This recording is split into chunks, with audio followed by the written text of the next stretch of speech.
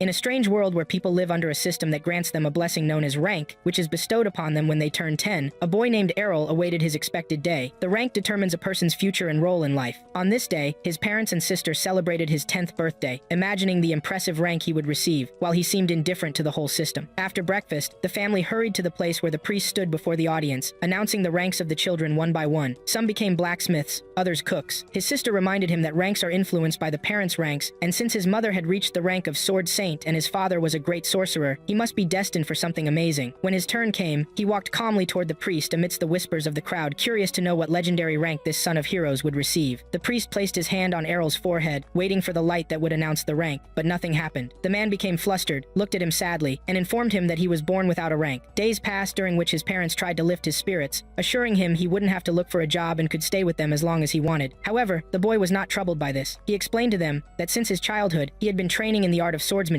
honing his skills through continuous practice under his strong mother's supervision. He knew that having a rank as a swordsman would make his path easier, but even without it, he could carve his way with his sword and effort. His family found comfort in that, while he went out to rest a bit and heard a commotion coming from the training ground. He approached to see two boys sparring, noticing their weak fundamentals, but just having ranks made them acceptable fighters. They noticed him and asked him why he was standing there, so he told them he came to train. They laughed mockingly, claiming that someone without a rank could not spar with real fighters, and began to boast about their sword moves. Errol showed no admiration and asked if they wanted to spar with him, thinking he was joking. However, they accepted the challenge. Before starting, one of them asked if he had the divine protection that every person is born with to ward off harm, to which he answered yes. At that, his opponent prepared to fight him without fear. However, Errol confidently said that he didn't need such protection to defeat kids like them. The swordsman became enraged and charged at him, striking his sword violently. Errol blocked the attack effortlessly, stunning his opponent, who continued to swing wildly, but the boy skillfully parried every strike. When the second friend intervened, attacking from behind, Errol nimbly jumped out of the way, realizing these boys could not compare to his mother in combat, and facing them together would be more entertaining. He darted toward them swiftly, knocking one down with the handle of his sword to the chin, causing the other to trip over his fallen friend and fall as well. The two sat there, crying and complaining about injustice when a red-haired boy entered the arena, ordering them to shut their mouths and behave as if it were a real battlefield. Had it not been for the protection surrounding them, the defeated boys would have lost their lives in that moment. Errol did not recognize the red-haired boy, but the boy seemed to know him well, stepping forward confidently to challenge him to a public duel. He claimed that his victory over Errol's friends was due to a natural talent inherited from his mother, the Sword Saint, and as long as Errol was without a rank, he would not be able to stand against someone who possessed both rank and official training. He then announced that he was the son of Captain Evans, the leader of the village guards. Errol remembered the captain when he had come to his mother seeking help earlier, but the boy bore no resemblance to his rugged father. The red-haired boy exploded with an angry complaint that people always regarded Errol's mother as the strongest, even though his father was also a seasoned fighter. He wanted to prove that his family was more deserving of glory, and that he would accomplish that by defeating Errol. They squared off, and as soon as the match began, the red-haired boy charged aggressively, eager to end the fight quickly. However, Errol, accustomed to relentless training with his mother, met the attacks with a solid defense and matching speed, turning their rapid movements into a stunning spectacle for the astonished boys on the ground. Errol recognized that his opponent was stronger than the previous two, but fought with a rage that made him chaotic, so Errol watched for a chance to strike. But the red-haired boy anticipated his move and launched a double aerial strike. Errol blocked one, while the other hit him in the chest and knocked him down. He was stunned by that amazing blow, realizing his opponent had used a skill that could only be learned by someone who had earned a specific rank. Days went by after that defeat, but the fire of determination ignited in his chest once again. He ventured into the forest armed with his sword, standing in front of a training dummy, tearing it apart with blows again and again until he finally succeeded in mimicking the double strike that had defeated him. Just as he was about to rejoice in his achievement, a small goblin lunged at him from the bushes, trying to surprise him. Errol turned quickly and unleashed the double strike, slicing through the goblin and killing it instantly. He felt excitement for gaining the new skill, but a thunderous roar echoed from deep within the forest, shaking his very being. He wanted to rush back to the village to warn the guards, but a cry for help from a boy inside stopped him. Realizing time was not on the side of those caught off guard, he dashed into the woods, hidden until he spotted an injured boy, his opponent with the red hair bleeding heavily, clinging to his sword before a massive opponent that was a huge goblin of a rare breed that usually did not approach villages. He hesitated for a moment between fleeing for help and staying, but he knew the boy would die if he left him. He snuck behind the monster, and just as the goblin was about to deal the final blow to its victim, Errol lunged with a powerful double strike, cleaving the goblin's body and killing it instantly. The red-haired boy stood frozen in place, astonished not just because the danger had faded, but because Errol had managed to execute a skill he had only learned years later with extensive training and the help of his rank. Errol Errol approached him and offered a vial of holy water to treat his wounds. The red-haired boy, filled with curiosity, asked Errol about the secret behind his ability to execute that deadly move. He replied that it wasn't about possessing a rank, but having the skill, strength, and speed necessary to repeat it. He explained that after his previous defeat, he spent a long time analyzing the double strikes and retraining repeatedly until he understood the foundation and became capable of modifying it as he wished. The boy wasn't totally convinced and challenged him to a new duel. Errol accepted calmly. The two stood opposite each other, and the moment they unleashed their strikes simultaneously, the boy was surprised that Errol not only blocked his attack, but added a third strike that hit him and knocked him down. The son of the captain grew furious, but Errol explained to him that he didn't adhere to any specific technique bounded by limits or constraints, and that his strength and skill were what defined his capabilities, allowing him to increase the number of strikes whenever he had the competency to do so. The boy got up, trying to take revenge in another round, but received a third strike again with even greater force, and fell once more, leading Errol to leave the arena victorious. 5 years passed since that day until Errol decided to embark on a journey to the kingdom of Bria, famous for its swordsmanship, where both his mother and Captain Evans had received their training. He wanted to become the best like them. Along the way, he was accompanied by some travelers, including a strong man with the rank of a barbarian warrior and a woman highly skilled in sword fighting with 2 swords, and they constantly quarreled. The cart driver tried to calm them down, reminding them they were heading to the same place, but the man treated the woman condescendingly, wanting to dismiss her under the pretense that she was only suitable for household chores. Before the argument escalated, the driver shouted for them to prepare for battle, as a group of orcs, led by a giant female leader, appeared before them, intent on wiping them out. 2 children in the cart screamed for help from the warrior, but he cowardly fled, saying that each life was their own responsibility. Then the woman followed him, saying the world does not spare the weak. The driver was left puzzled, wondering if he could save his cart before the enemies reached them, but Errol quietly got out of the cart and approached the monsters without a word. The driver tried to stop him from confronting them, but he ignored him and moved with astonishing agility, stabbing the first orc in the heart with a speed no one could believe. His swift movements continued as he vanished and reappeared among the foes, striking them down one by one until they fell. When he became surrounded on all sides, he astonished everyone with a legendary move known as the Blade Dance, spinning his body rapidly, slicing through everyone around him in one moment. The driver was amazed because that skill was known to be exclusive to female fighters carrying the rank of Sword Princess. But Errol was not bound by such classifications, as he believed that skill should not be limited by gender or title. He then charged at the orc leader, dodged its massive strikes, and leaped over her, driving his sword into her skull until she fell dead. He returned to the cart calmly, asking the driver to continue the journey to Bria, while one of the children inquired about his rank. He simply replied that he had no rank, leaving everyone astonished. He remembered when he had shown his mother his new double strike skill 5 years ago, thinking she was just imagining things until he clarified that he aimed to mimic every skill he witnessed with his eyes. At that moment, she was filled with joy and promised to teach him all the skills known to the sword princesses. Now, in the present, the cart driver woke him up, announcing their arrival at Briasta, the land of swords. Errol stepped out of the cart and saw the city square bustling with fighters, their swords hanging at their waists. He turned to the driver and asked if he was an advanced fighter, to which the man claimed he was just an ordinary driver. However, Errol sensed that someone who knew precise combat moves couldn't just be simple. The driver then admitted he was of the rank of Holy Knights, a prestigious rank, but he had grown tired of fighting and preferred a quiet life disguised as a simple driver. The knight realized this was Errol's first visit to the city and advised him to look for a guild to join, as no fighter could participate in tournaments without formal membership. In this city, duels were a way to prove one's status and earn a living. Errol replied that he wasn't interested in money. He was looking to face the strongest fighter he could find here. The driver warned him about greedy guilds that exploit fighters and ruin their spirit, then turned around and headed back, while Errol continued on, contemplating the banners of the guilds competing for members. As he walked, he bumped into a small blonde girl who clung to him tightly, claiming she was from a famous guild and wanted to recruit him. He found her insistence suspicious and refused her offer, but she was undeterred and kept pressing. Not responding, he asked her about the strongest guild in the city, and she replied with annoyance that the Shadowblade Guild was currently the most prominent, boasting 8 members with fighter ranks. He asked her to guide him to its location and set off. At its gate, the guard directed him to the reception office, which had a long line of aspiring fighters waiting to enter the test. Errol was filled with excitement, wondering what kind of opponents he would face. When it was his turn, the receptionist scoffed at him and called him a rankless nobody, insisting that the guild only accepted high-ranking applicants. He tried to convince her of his ability to pass their test, but she refused to register him. He left sadly, spotting 3 high-ranking fighters entering the hall, received with great respect, but he paid no mind and sought other guilds, only to be met with the same rejection repeatedly. He was worn out by rejection, so he returned to the city center and took out the letter his mother had given him, asking him to seek out his old guild, hoping it might help him. He wondered if she had anticipated the hardships he would face, and felt grateful to her. Just before he opened the letter, the blonde girl girl appeared again, pressing him to join, pleading with him in a kind tone, pointing to a nearby fancy building claiming it was the headquarters of her guild. He didn't hide his surprise, and she told him that their guild, Dragon's Fangs, had once been the strongest in the country but had weakened significantly recently, wishing to revive its former glory. The name echoed in his memory, reminding him of his mother's stories about the leader of her old guild, the dual-wielding fighter who founded the Dragon's Fangs and named it after his special attack. He pulled out the letter and found the same name written inside. He decided to accompany her, which filled her with joy. However, when he entered the building, he found an old man with one hand lying on a couch, who coldly told him that this guild was over and advised him to leave. The girl told him that this was her father, who had been the second strongest fighter in the city, but had not been the same since he lost his arm. Errol surprised her by announcing his desire to join, which made her ecstatic, and she hurried to prepare the membership contract, which he filled out and returned to her. She read it and then asked why he left the rank section blank. He replied that he had no rank. At that, her anger flared, and she drew her sword, thinking she had been tricked, as she believed him to be a seasoned fighter pretending to be reluctant. But just then, the door opened, and a woman with deep red hair and imposing beauty, named Ray, entered. The girl rushed to her, crying and complaining that this rankless stranger had deceived her to join the guild. Ray immediately focused her attention on the blonde girl, looking at Errol and saying she never thought she would see him here. Errol, looking confused, asked her if she knew him from before, and surprise crossed her face as she informed him that they were from the same village and had trained together when they were kids. He didn't remember at first until he realized the red-haired boy he had fought against many times was actually this girl. The blonde girl was aware of the story and asked Ray if this was the rankless boy who had beaten her long ago, as she thought what she heard about him was merely a legend. But Ray, never forgetting that defeat, challenged him to an immediate duel. The fight began, and Ray launched her dual attack, which Errol thought he could block. However, her strikes pierced through his defense and hit him hard in the chest. He was shocked, and she clarified that she was of the power fighter rank, allowing her to wield a sword 5 times heavier than regular swords, making her blows 5 times more powerful as well. Errol admired her ability to maintain high speed despite her heavy weapon, but he knew her speed could not match his. When she attacked him again, he created a deceptive image of himself that confused her while he appeared behind her and struck her on the back. She tried to repeat her attack, but the outcome was the same, leaving her astonished that he used a technique only higher-ranked fighters could master. Errol realized her sturdy body would not be defeated by ordinary strikes, and she, in turn, tried to end the fight with a finishing blow, but he surprised her with a famous defensive move from his mother's style, causing her to collapse to her knees and ending the duel. At that moment, Ray's demeanor completely changed, warmly welcoming him into the guild, revealing that the guild was drowning in debt, and the only way to save themselves was by fighting in combat tournaments as a team of 3 against guilds with 5 fighters. However, Errol showed no concern, instead filling with enthusiasm at the prospect of facing tougher opponents and honing his skills further. The next morning, he woke up in his new room, reflecting on the events that led him to join the legendary guild that his mother had once been a part of, vowing not to disappoint her and to restore the guild's glory. He went out to the hall and found the blonde girl and Ray sitting by the fireplace, discussing the upcoming tournament. As soon as the blonde girl saw him, she brought him into the conversation, saying that the tournament would start next week and that they were now eligible to participate with 3 members instead of 2. She explained that the tournament would be knockout style with individual matches, and that most guilds would consist of 5 fighters, meaning they would have to defeat more than one opponent to survive the first round. Yet, she remained optimistic, assuring that having 2 ranked fighters in Category B would give them a good balance unless they faced a top-tier fighter. Errol wasn't familiar with these rankings, so he asked her about them. She explained that there were 5 ranks, starting from D for beginners and ending with SSS, which only the elite achieve, and that there were 20 fighters in Briasta who hold this top rank. She boasted that both she and Ray were in rank B, and since Errol had defeated Ray in their match, he was now ranked the same. With their guild having 3 fighters of the same level, they at least had hope to get through the early stages. Then she headed to the kitchen, leaving Errol lost in thought. As Ray was leaving the hall, he stopped her and asked about her abilities as a power fighter. She was still upset about her loss, but replied that one of her skills was strengthening the outer mana shield to block most weak strikes. Errol stayed silent, thinking of a way to learn such a valuable technique, when a new idea suddenly sparked in his mind. Errol asked Ray to strike him with her sword while it was still sheathed. She was surprised and initially refused, but he took her hand, pleading with her to do so. She thought he was suggesting something odd unrelated to training and felt awkward but didn't completely refuse, suggesting they start with something more typical. At that moment, Errol realized their misunderstanding and corrected her, explaining that he wanted her to hit him to teach him how to strengthen his outer mana shield, a useful skill in fights against multiple opponents where there's a higher chance of getting hit. Ray was taken aback by his request and asked if he had lost his mind, insisting that skills were given through divine grace that couldn't be learned by trying. But Errol, having abandoned belief in such notions, told her to stop objecting, reminding her she had seen him gain skills he wasn't born with, like the dual sword strike and the quick dash. She fell silent and decided to try with him just once. They went to the training ground, and she she handed him her sword, warning him it was 5 times heavier than any ordinary sword, and that without the power skill, he wouldn't even be able to lift it. But Errol surprised her when he gripped the sword and drew it with a fluid motion, then waved it effortlessly, leaving her astonished, wondering how he could do all this while being rankless and without inherited skills. He replied that he hadn't learned anything without persistence and daily training, and he intended to keep up with naturally talented fighters through his relentless efforts. Ray's expression changed from sharpness to admiration, and she apologized for her mockery, reclaiming her sword and vowing not to go easy on him during training. He agreed, but he tried to joke with her, prompting her to hit him across the face with the handle of her sword while laughing. After a while, the blonde girl rushed into the training ground, panting and flustered, telling them she had discovered the guild they would face, and the news was bad. Their opponent was none other than the Shadowblade Guild, the strongest guild in the city, which included a top-tier fighter led by its famous leader, Gio, known for his cruelty and cunning. However, the blonde girl showed no signs of retreat, instead launching into a passionate speech promising they would give their all to win. She then turned to Errol, who was sprawled on the ground, exhausted after a tough training session, asking if he was still alive. Ray assured her he was fine and that what they were doing was special training, although the blonde girl saw it as her taking out her frustrations on him, nothing more. Errol got up, complaining of hunger after all he had been through, and asked for food. The week flew by with training and preparation until the day of the tournament arrived. People flocked from all over to the grand arena, and Errol stood amazed by the vastness of the place. He heard the blonde girl boiling with rage as she caught whispers mocking their guild, which had collapsed long ago, while Ray tried to calm her down. Errol noticed people betting on the teams and asked about the odds. The blonde girl told him that their chances were estimated at 20 to 1, meaning no one believed they could win. He tried to praise the odds, but she angrily pointed out that everyone viewed them as inevitable losers, but that could work in their favor, since a surprising victory would bring them huge wealth. Her excitement grew until she admitted she had bet everything, putting the guild's headquarters up as collateral for a new loan. If they won, their fate would change, and they'd regain their former glory. If they lost, there would be nothing left to lose. As she spoke, a man called out to her from the crowd, and it turned out to be Gio himself, the leader of the Shadowblade. He approached them with mockery, deriding their dilapidated guild, and revealing that he had arranged for the first match between their two teams to wipe out what little reputation they had left. He sarcastically promised that if by some miracle they won, their guild would become the greatest in the country, but that was impossible as long as a rankless fighter was in their midst. He laughed at his deception and left, leaving the team to prepare to enter the arena. When they stepped inside, Errol noticed that Gio would not participate in the fight, which he thought might slightly raise their chances of survival. Ray pointed out that all their opponents were top-tier fighters, making the outcome almost predetermined, especially since their current formation was unusually offensive. As the anticipated time approached, the announcer's voice thundered through the arena, declaring the start of the match between the Dragon's Fangs Guild and the Shadowblade Guild. Coming from the opposing side was a green-haired boy from the Light Sword Fighters rank, boasting that he would single-handedly take down the entire team. The crowd's astonishment grew when the announcer revealed that the representative of the Dragon's Fangs was Errol, the rankless fighter. The green-haired fighter smiled scornfully, insisting that taking down a rankless opponent wouldn't take him long, but he saw it as an opportunity to show off in front of the audience, rushing in speedily and thrusting his sword into Errol's chest. Gasps of shock erupted in the arena, while the blonde girl panicked, but Ray urged her to look closely, revealing that the one who had been stabbed was merely a deceptive shadow. The fighter spun around, stunned, only to be met by another image, and soon several moving images of Errol swirled around him. Deciding to finish quickly, he attacked all of them with rapid strikes, but was shocked to find that his sword only cut through air, and the next moment he felt the real stab penetrating his body from behind. Errol had created 3 images simultaneously, a skill considered one of the most difficult to master. The opponent collapsed to the ground, and the round ended, while Errol told them that his mother had trained with him using 5 images at once, and that she had been going easy on him. The crowd erupted in applause and cheers for the rankless fighter, amazed by what they had just witnessed. Meanwhile, Errol kept thinking that executing the same technique his opponent had used wasn't quite perfected yet, and he needed to refine it further. He entered the next round against a dual-wielding fighter who launched a barrage of strikes at him, but Errol blocked them all, then finished the fight with his double strike, knocking his opponent down. With the second fighter falling, he faced a third fighter wielding 2 dagger-like blades, who mixed rapid fighting moves with body techniques. But Errol's speed outmatched all of that, reality blurred with illusion, until he surprised him with a strike from behind, taking him down to the ground. Ray and the blonde-haired girl watched in astonishment as they witnessed with their own eyes how 3 elite fighters were defeated without breaking a sweat, filling the blonde with hope for a possible victory. However, the 4th round proved to be much tougher. Errol faced an opponent skilled in sword and shield fighting, making it difficult to penetrate his defense. He couldn't land decisive blows and had to dodge, gradually weakening the opponent's shield. The opponent shouted angrily that it was impossible for Errol to be rankless, to which Errol responded that what he achieved was merely the fruit of hard work and daily effort. The fighter scoffed at the talk of effort, insisting that only talent rules the fight, then charged at him skillfully like a shield thrust. However, Errol used the insight technique he inherited from his mother, reading the opponent's movement and dropping his shield with a sudden kick, then borrowed a combat maneuver from his previous opponent to kick him in the stomach. He picked up the shield and charged forward while his opponent attempted to rise to attack again, but Errol blocked the blow and retaliated, knocking him down defeated. The crowd erupted into arguments, accusing him of hiding his true rank, prompting the organizers to summon the magical revealing orb and declare before everyone that he truly was rankless. The cheers grew louder as Errol stood firm while the next opponent was announced. The Eastern duelist Masamune, descended from samurai lineage and wielding a curved sword known as a katana. As soon as his feet hit the arena, Errol sensed the danger in Masamune's presence and realized this duel would not be like the previous ones. He prepared himself, knowing his opponent was ready to unleash his maximum skill, watching for the perfect moment to strike like a coiled snake. Errol stepped confidently toward his opponent, driven by curiosity despite the danger. As soon as he entered Masamune's sword range, the latter lunged at him in a flash. However, Errol was faster. He vanished from before Masamune and appeared behind him in a fleeting moment. The Eastern duelist's eyes widened in surprise, and Errol told him he was indeed the fastest in the city, but his mother was much faster, so he had grown accustomed to matching the speed of his kind. In a decisive move, Errol used the ultimate skill of the Princess of Swords school, showering his opponent with precise, successive thrusts that ended the fight in an instant. Silence fell over the arena, and astonishment covered the faces. The weakest fighter in the weakest guild had defeated the strongest members of the strongest guild in the country, all by himself. Errol left the battlefield heading toward Ray and the blonde girl, reassured that they had earned enough to save the guild from its debts. In the evening, they returned to their headquarters, and a celebratory atmosphere filled the place. Laughter and drinks abounded, and Errol remained surprised that the blonde girl could drink, to which she assured him she was a mature adult despite her small appearance. She still couldn't believe he had defeated 5 elite fighters from the most famous guild in the kingdom, all on his own. Her mind filled with plans to exploit this glory, and she began to think of ways to get closer to him to restore her guild's status. She tried to charm him with pleasant talk and subtle seduction, but Errol firmly rejected, stating he preferred Ray, which made her face flush with anger, thinking he was just mocking her to get rid of the blonde. Yet, he was sincere in his feelings. Ray heatedly said that in the past, he had called her boy during their duel, and that everyone had always said she lacked femininity. Errol told her there was enough strength and beauty in her personality, and that she was mistaken in her assumptions. Meanwhile, the blonde smirked slyly, understanding that Ray did not yet realize her strengths. She dropped the argument and decided to take care of Errol, assuring him he needed rest after his long battles. However, Errol preferred to rest in the training arena, asking Ray to help him master the magic shield enhancement technique she could easily perform due to her rank. She began striking him hard in a tough training session, while the blonde watched from the balcony, marveling at his strange understanding of the concept of rest. The noise disturbed the girl's father, who stumbled out, drunk from the effects of the drink, complaining about the noise, believing they were venting their frustrations after losing the tournament. His daughter quickly informed him that they had actually defeated the strongest guild in the city. At first, he didn't believe her, and thought the opponent had sent lower-ranked trainees, but she explained that they were all elite fighters and that Errol had defeated them alone. The man woke from his drunken stupor, staring at the exhausted boy covered in bruises, questioning the extent of his real strength. His daughter proudly told him she had bet on their victory and won a huge wager thanks to him, and they were now free from debt with enough to continue the guild's work. But the father remained reserved, pointing out that if the boy was truly that strong, major guilds would rush to recruit him with large sums of money, so she shouldn't get her hopes up. The girl confidently replied that she would solve the issue by marrying him, so he would always stay with them. At that point, Errol clearly stated he wouldn't do anything of the sort, then turned to her father, continuing his statement steadily, mocking her stubbornness and lack of understanding. Errol gave his final word, saying she, the girl, was at least not a loser who surrendered to everything, which was a clear jab at her father. The man shot him a sharp, angry glare, but Errol didn't notice, and boldly critiqued him further, demanding he stop complaining and live up to his age as long as he still had a hand to fight with. This provoked the father, who lunged at him, grabbing him by the collar, warning him not to speak of what he did not understand, and declaring that the double-ranked fighter who lost a hand was nothing but an empty shell with no use. But Errol responded firmly that what he said was untrue. Even as a rankless fighter, he was still striving and fighting to rise in this world. The man pushed him away and silently returned upstairs. Ray and Lolly approached him immediately to check on his condition, and the girl apologized for her father's behavior, thanking him for his bravery in defending himself. Errol said that her father, regardless of what he lost in arm and fighting life, still held great strength and invaluable experience, and refusing to utilize it was a real loss. He thought to himself that he might learn amazing skills from him if he could motivate him to return to sword fighting, so he resolved to awaken the dueling spirit in him again. Lolly heard him resolve to acquire new skills, and suggested he start by going on adventures in the dungeons near the city. He appeared puzzled, so Ray explained that the dungeons were deep caves, where monsters born by the dozens and filled with traps were located. They were ideal places to gain experience and hone true skills in preparation for major competitions, especially the Sword Gods Cup, which was the annual tournament featuring the best duelists in the country to prove they were the strongest. Errol had never heard of it before, so Lolly pulled out a form and invited him to fill it out if he wanted to participate. However, to their surprise, Errol tore the paper up in front of them, leaving Ray in shock and asking if he didn't want to enter the competition. He replied that he uncovered Lolly's trick, as she was trying to slip a marriage contract instead of the form. She laughed, admitting she was testing his reaction, but Errol didn't let her off easily, grabbing her to discipline her for her heavy joke. The next morning, He woke to find her trying to tease him again, so he moved away and tied her to the bed before leaving. Later, they all gathered and headed to one of the dungeons. Lolly explained that entry was done through magic transport circles that sent fighters to the level they had previously reached, and she had reached the 12th level, while Ray had reached the 14th. Errol expressed his desire to accompany Ray to her level, but Lolly clarified that the rules only allowed those who had actually stepped onto the level before. He felt disappointed as he had hoped to face the stronger monsters from the start, but Lolly reassured him she knew a shortcut that would lead quickly to lower levels. He agreed to the plan, but the girl tried to isolate him, claiming Ray could continue her adventure alone, but Errol was not deceived and insisted on Ray accompanying them. The three entered the first level, and as soon as they took a few steps, they were ambushed by two armored knights attacking from both sides. Errol drew his sword to face one while Ray confronted the other. He noticed in astonishment that, despite their heavy armor, the knights moved with unexpected agility, but it was not speed beyond his ability to fight back.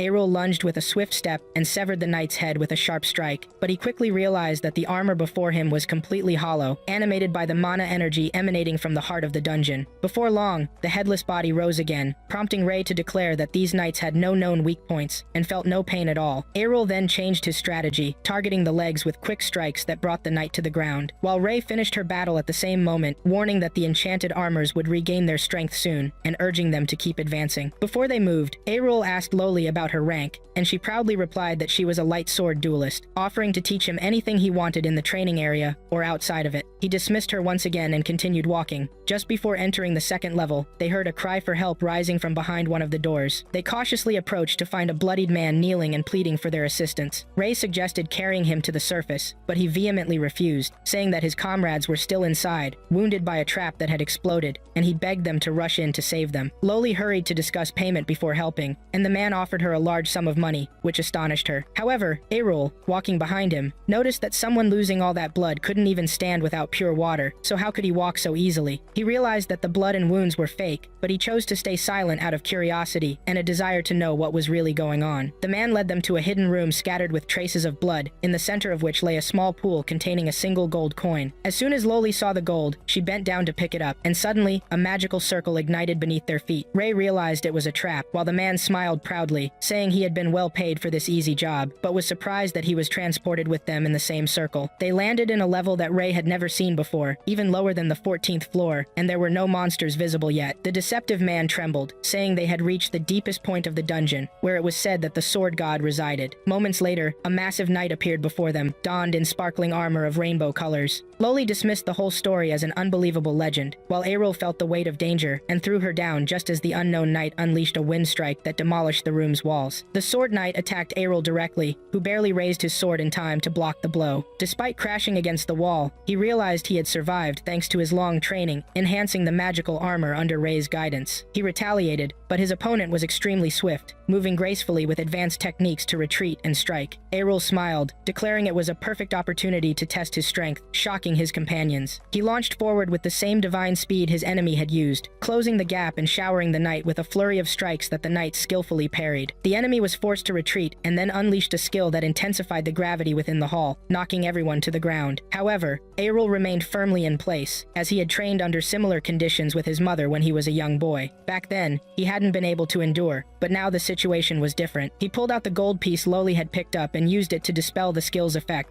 creating a small gap in his opponent's defense, which he immediately exploited to unleash one of his strongest techniques called Endless Smash, exploding the knight's armor into scattered shards. Everyone froze in shock at the sight. Then Errol used pure water to regain his energy, and they all reactivated the teleportation spell to exit the dungeon safely. Meanwhile, Rod, Lolly's father, was sitting in a tavern, deep in drink, when he heard three young men boasting about how they had tricked the new members of the Dragon Fangs Guild and sent them into a trap from which they would not escape. Angrily, he approached them and smashed their table with his fist, demanding to know the truth. One of them, named Jorg, mockingly intervened, labeling him an old drunk. Rod then realized that Jorg was the one who had orchestrated the scheme, so he viciously attacked him out of desperation over his daughter, whom he thought was dead, but his opponent knocked him to the ground, leaving him heartbroken. As he lay there, the tavern door swung open, and Lolly entered, chatting with Ray and Errol about being hungry after their adventure. Rod saw his daughter and rushed to embrace her, thanking God for her safety. Meanwhile, Ray confronted Jorg and announced that they had extracted a confession from one of his associates who had exposed his scheme, but he denied it as usual, claiming that anyone entering the dungeons was responsible for themselves. Errol admitted to himself that there was some truth to his words, but Rod interrupted, threatening his opponent that he wouldn't get away with his actions. While Jorg merely scoffed and called him an old drunk, Leaving the place and leaving Errol wondering what new tricks awaited them,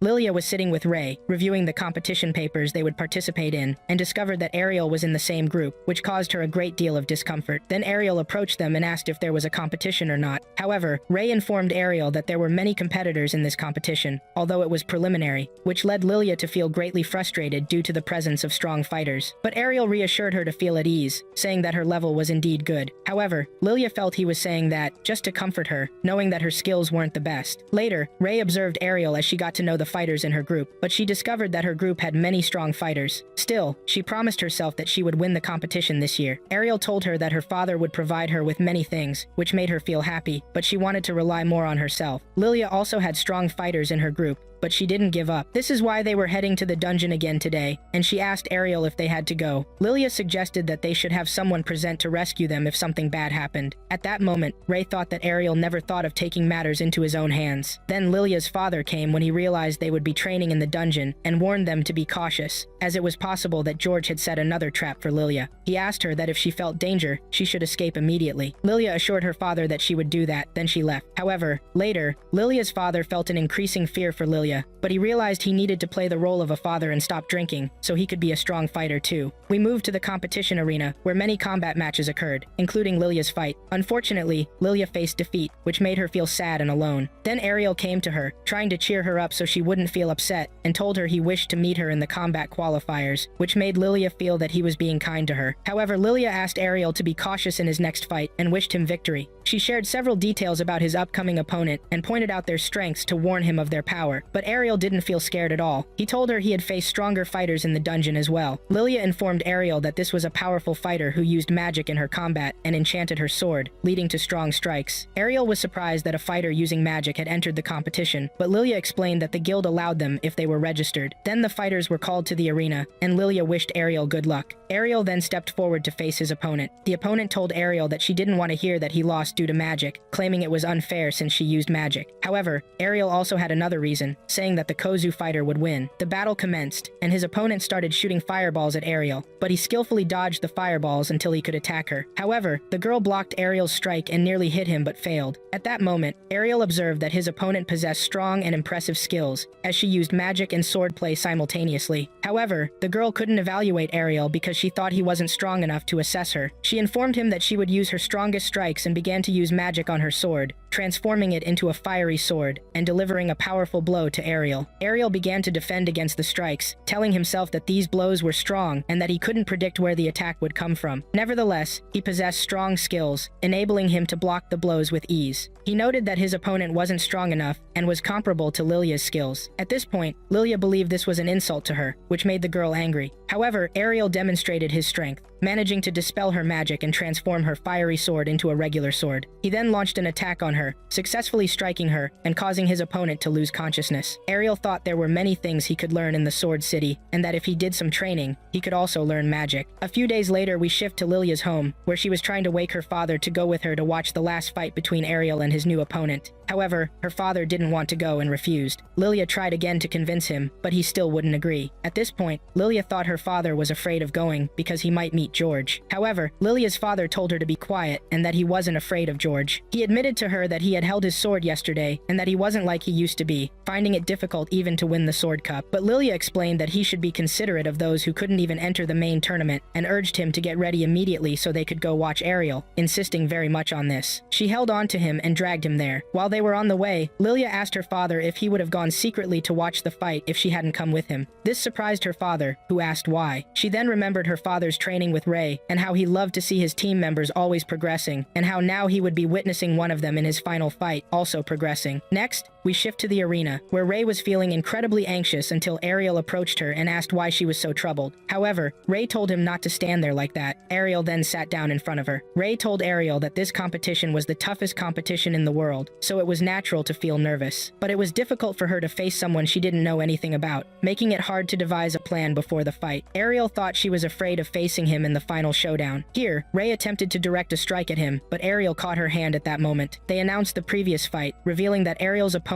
was George, which led Ray to feel anxious for Ariel. When Ariel began to move, Ray held his hand and warned him to be cautious, because George was a very strong fighter. Ariel then moved to the fighting arena to face George. Lilia was present to cheer for him and called out to him, asking asking him to take care of George. When George appeared, he looked very frightening, causing Lilia to worry about him. When Lilia's father saw George and noticed he looked monstrous, he instructed Ariel to stay away immediately, since he possessed the strongest sword in the world. Lilia then asked about the strongest sword in the world. Her father explained that this sword contained a sealed demon. At that moment, George was surprised that someone recognized his sword, and he asked Lilia's father if he was from the imperial court. Lilia was astonished that George didn't recognize her father, but Lilia's father believed that George had been possessed by the sealed demon. The legend said that the blade the sword's owner used to kill the demon was cursed out of revenge and needed to be kept away under strict surveillance in the royal storeroom. Lilia's father wondered how it had gotten here, but George was the one who broke the seal that hindered him, waiting several hundred years until everyone who remembered was dead and became part of forgotten history. He knew that someone would eventually seek his power but had no choice but to wait until someone came to release him. He introduced himself as Duvair and said he now wanted to enjoy destroying the place and spreading chaos. Then Ray approached Ariel and told him that it was Duyir. Ariel was surprised and asked Ray if she knew him, but Ray informed him that he had a very old history because he was a demon summoned by the great evil in ancient times, and it seemed as if he were not a legend. Then, conversations about Duyir multiplied among the spectators because he had killed many people before, which made them feel afraid, and they began to run away, leaving the arena. But this fear of the people is what Duyir loves, and he also prefers to hear their screams. Then Duyir used his power and displayed a demonic strength that caused the place to be completely sealed so that no one could escape from the castle, leading people to feel extremely anxious. But George was completely delighted by all this because he saw that this was what humanity deserved, which was death. However, he looked in front of him and found Ariel fully prepared for him. Duyir thought that Ariel wanted to die because he was insisting on challenging him, but Ariel told Duyir that he had been killed by the sword of the great legend, and that he was confident he could also kill him. He also told him that he was unbeatable, but Duyir mocked Ariel's words and admitted that he had been killed before by the great sword, but it no longer existed among the living. Now, there was no one capable of defeating him, but Ariel had something he wanted to happen with Duyir. First, that the great sword still existed, and second, that Ariel could defeat Duyir. But Duyir saw this as mere nonsense. Suddenly, Ariel attacked Duyir with great force, using his speed to deliver several blows, which surprised Duyir with Ariel's strength. But Duyir did not stand idle and told Ariel not to forget that he was the body of the Sword Emperor, and attacked Ariel, delivering a strong blow, believing he had defeated him. However, Ariel was completely unharmed, which astonished Duyir at Ariel's strength. Duyir asked how this happened, but Ariel had gained courage and strength from his training with Ray, which greatly angered Duyir. He launched an attack on Ariel, but he couldn't hit him. Then Ariel gathered his strength and attacked Duyir, delivering several quick blows, resulting in injuries to Duyir. Duyir thought that Ariel was the great sword, but Ariel told Duyir that he was just a classless warrior and delivered a final blow that knocked Duyir away, preventing him from moving. Then, Ariel approached Duyir and thought that he could no longer move or fight, but Duyir told himself that he needed to enter the body of someone else to escape from Ariel, and began searching for someone with a strong structure. He then chose Lilia's father. While Lilia was checking on Ariel and Ray, he dropped George's sword and attacked Lilia, but her father defended her, causing the demon spirit to take over Lilia's father, and he became the demon who was Lilia's father, threatening Ariel that if he did not let him go, he would kill Lilia. Here, Ariel realized that he should have broken the sword and not killed George, but the demon told him that he would not be able to do that because he would kill his fiancée, which surprised Ariel at the word fiancé. Then Ariel told the demon that Lilia was not his fiancée, but the demon claimed that he had taken over Lilia's father's memory, which led him to believe that Lilia was Ariel's fiancée. This caused Lilia to feel embarrassed about this and asked the demon not to disclose it, but here Ariel vowed to the demon and Lilia that he would kill both of them. At this moment, Ray tried to stop him from doing so. Then the demon asked Ariel if he really did not care about Lilia. At that moment, Ariel told the demon that he did not care about Lilia and that people should be killed if they had no value. But Lilia saw that this was the worst thing he had said to her. Then the demon asked Lilia to clarify if she was his fiancée or not. Here, Lilia cried and told him that this thought had only been in her mind and was just wishful thinking, and that he was not her husband at all. This greatly angered the demon, who then asked why he should keep trash like her. Then Ariel thought that Lilia had brought this upon herself, but Ray thought that the demon could not kill Lilia. However, the demon said that he could do so, and he would tear the girl into pieces. But suddenly, his body froze completely, and Lilia's father appeared and managed to stop his body, not allowing the demon to use his body completely. He managed to break the shackles on his daughter. Here Ray asked what was happening now, but Ariel thought that what was happening was the opposite of what happened with George, and that he did not change at all when he was possessed. while Lilia's father was resisting from within. Lilia believed that her father was much stronger than George. Then the demon told Lilia's father to let him use his body, saying he wanted the power to restore his glory. But Lilia's father did not agree with this, and told him that if he had come to him a short time ago, he might have agreed. But after meeting Ariel, he was sure he could restore his glory without anyone's help. He asked the demon to exit his body and threw the sword away. Then the sword headed towards Ariel, who prepared for it well, and directed a blow that caused the sword to break completely, and defeated the demon. The black mana was removed, the exits were opened, and Ariel confirmed that it should disappear forever. We moved to the training ground, where Lilia's father, who is called Rod, was training with some soldiers. This led to harsh training methods, and the soldiers falling to the ground. Then Rod told the soldiers that they must have more energy than what they currently possess. Then he asked them, "Who's next?" But all the soldiers fled in fear of him. Lilia was watching Rod and was very happy because he had become better than before and gained more enthusiasm. However, there was one soldier hiding so that Rod wouldn't see him. But Lilia approached this soldier and told him that he came here to train, not to hide. But the soldier told Lilia that Rod's training had become harsh and he was feeling scared now, which made Lilia happy to hear this. The soldier asked Lilia about Ariel, and Lilia answered the soldier that Ariel had left the guild and gone away, which upset the soldier when he heard this. Lilia also cried because she wanted to marry Ariel, and cried because he left her alone. Also, Rainer went to search for Ariel. Then we moved to Ariel, who is on his way to his homeland. The cart driver told Ariel that the champion of the Great Sword competition doesn't usually disappear directly after winning this way, and asked Ariel if he should be there. But Ariel answered the driver that there was nothing left he wanted to see or do. But the driver thought he came to this rural country because he wanted to visit his birthplace. But Ariel told him that he came to this place to test his strength again, and maybe he could defeat his mother now. Then we moved to Ariel's mother's house, and she was picking roses. The scent of the roses was beautiful, and she said she would gather a bouquet of roses for you, Ariel, knowing that Ariel was behind her. Ariel said to his mother that he was sneaking so she wouldn't know of his arrival, but his mother noticed that Ariel had gained some skill compared to before, because she didn't sense his presence until just a few moments ago. Then Ariel confessed to his mother that he won the Great Sword competition, which made his mother happy about this. She told Ariel that he had become a winner like her now. Ariel was about to complete his speech, but his mother moved quickly in front of him and presented him with the rose, telling him that its scent is smart, isn't it? This amazed Ariel at his mother's speed. But Ariel knew that his mother had discovered him because he wanted to train with her now. But his mother told Ariel that they were in the wrong place, so the house wouldn't be destroyed, and asked him to go behind the mountain to the training place. Then we moved to the training place. Ariel's mother was very excited to see her son's new strength. But Ariel thought it was better for her to laugh this way as long as she could. Then Ariel's mother, Farah, suddenly disappeared and launched a quick attack on Ariel. But Ariel defended against her, though he was amazed by this. But Ariel flew high and directed several strikes at Farah, thinking this attack would enable him to win against her. But Farah defended against Ariel's strikes with complete ease. But Ariel asked Farah what kind of skill she used to defend against his strikes. But Farah told Ariel that she just waved her sword, which surprised Ariel, and that it wasn't a skill. But Farah doesn't use any skills in combat, and this is what she learned from Ariel. Ariel discovered then that Farah had strength that shouldn't be underestimated. Then Ariel attacked Farah, which caused a big commotion in the city, and people thought monsters were attacking the city, but it was Ariel and Farah's training. Then Ariel used the Great Flight skill to attack Farah, but Farah directed fire strikes at him. But Ariel also showed her fire strikes, but Farah said she would show her best, which led to her sword catching fire and attacking Ariel. But Ariel didn't stay silent about this and did the same, and they directed strikes at each other. Then we moved to Rainer when she arrived at Ariel's house and was looking for him. She knocked on the house door, but Mira, Ariel's little sister, was the one who opened the door for her and asked Rainer, "Who are you?" Then Rainer introduced herself and said she wanted to meet Ariel. But Mira was surprised and said to her, "You want my brother, you fat cow?" Which shocked Rainer at being compared to a fat cow. But Mira told Rainer that Ariel wasn't there and that he doesn't deal with cows,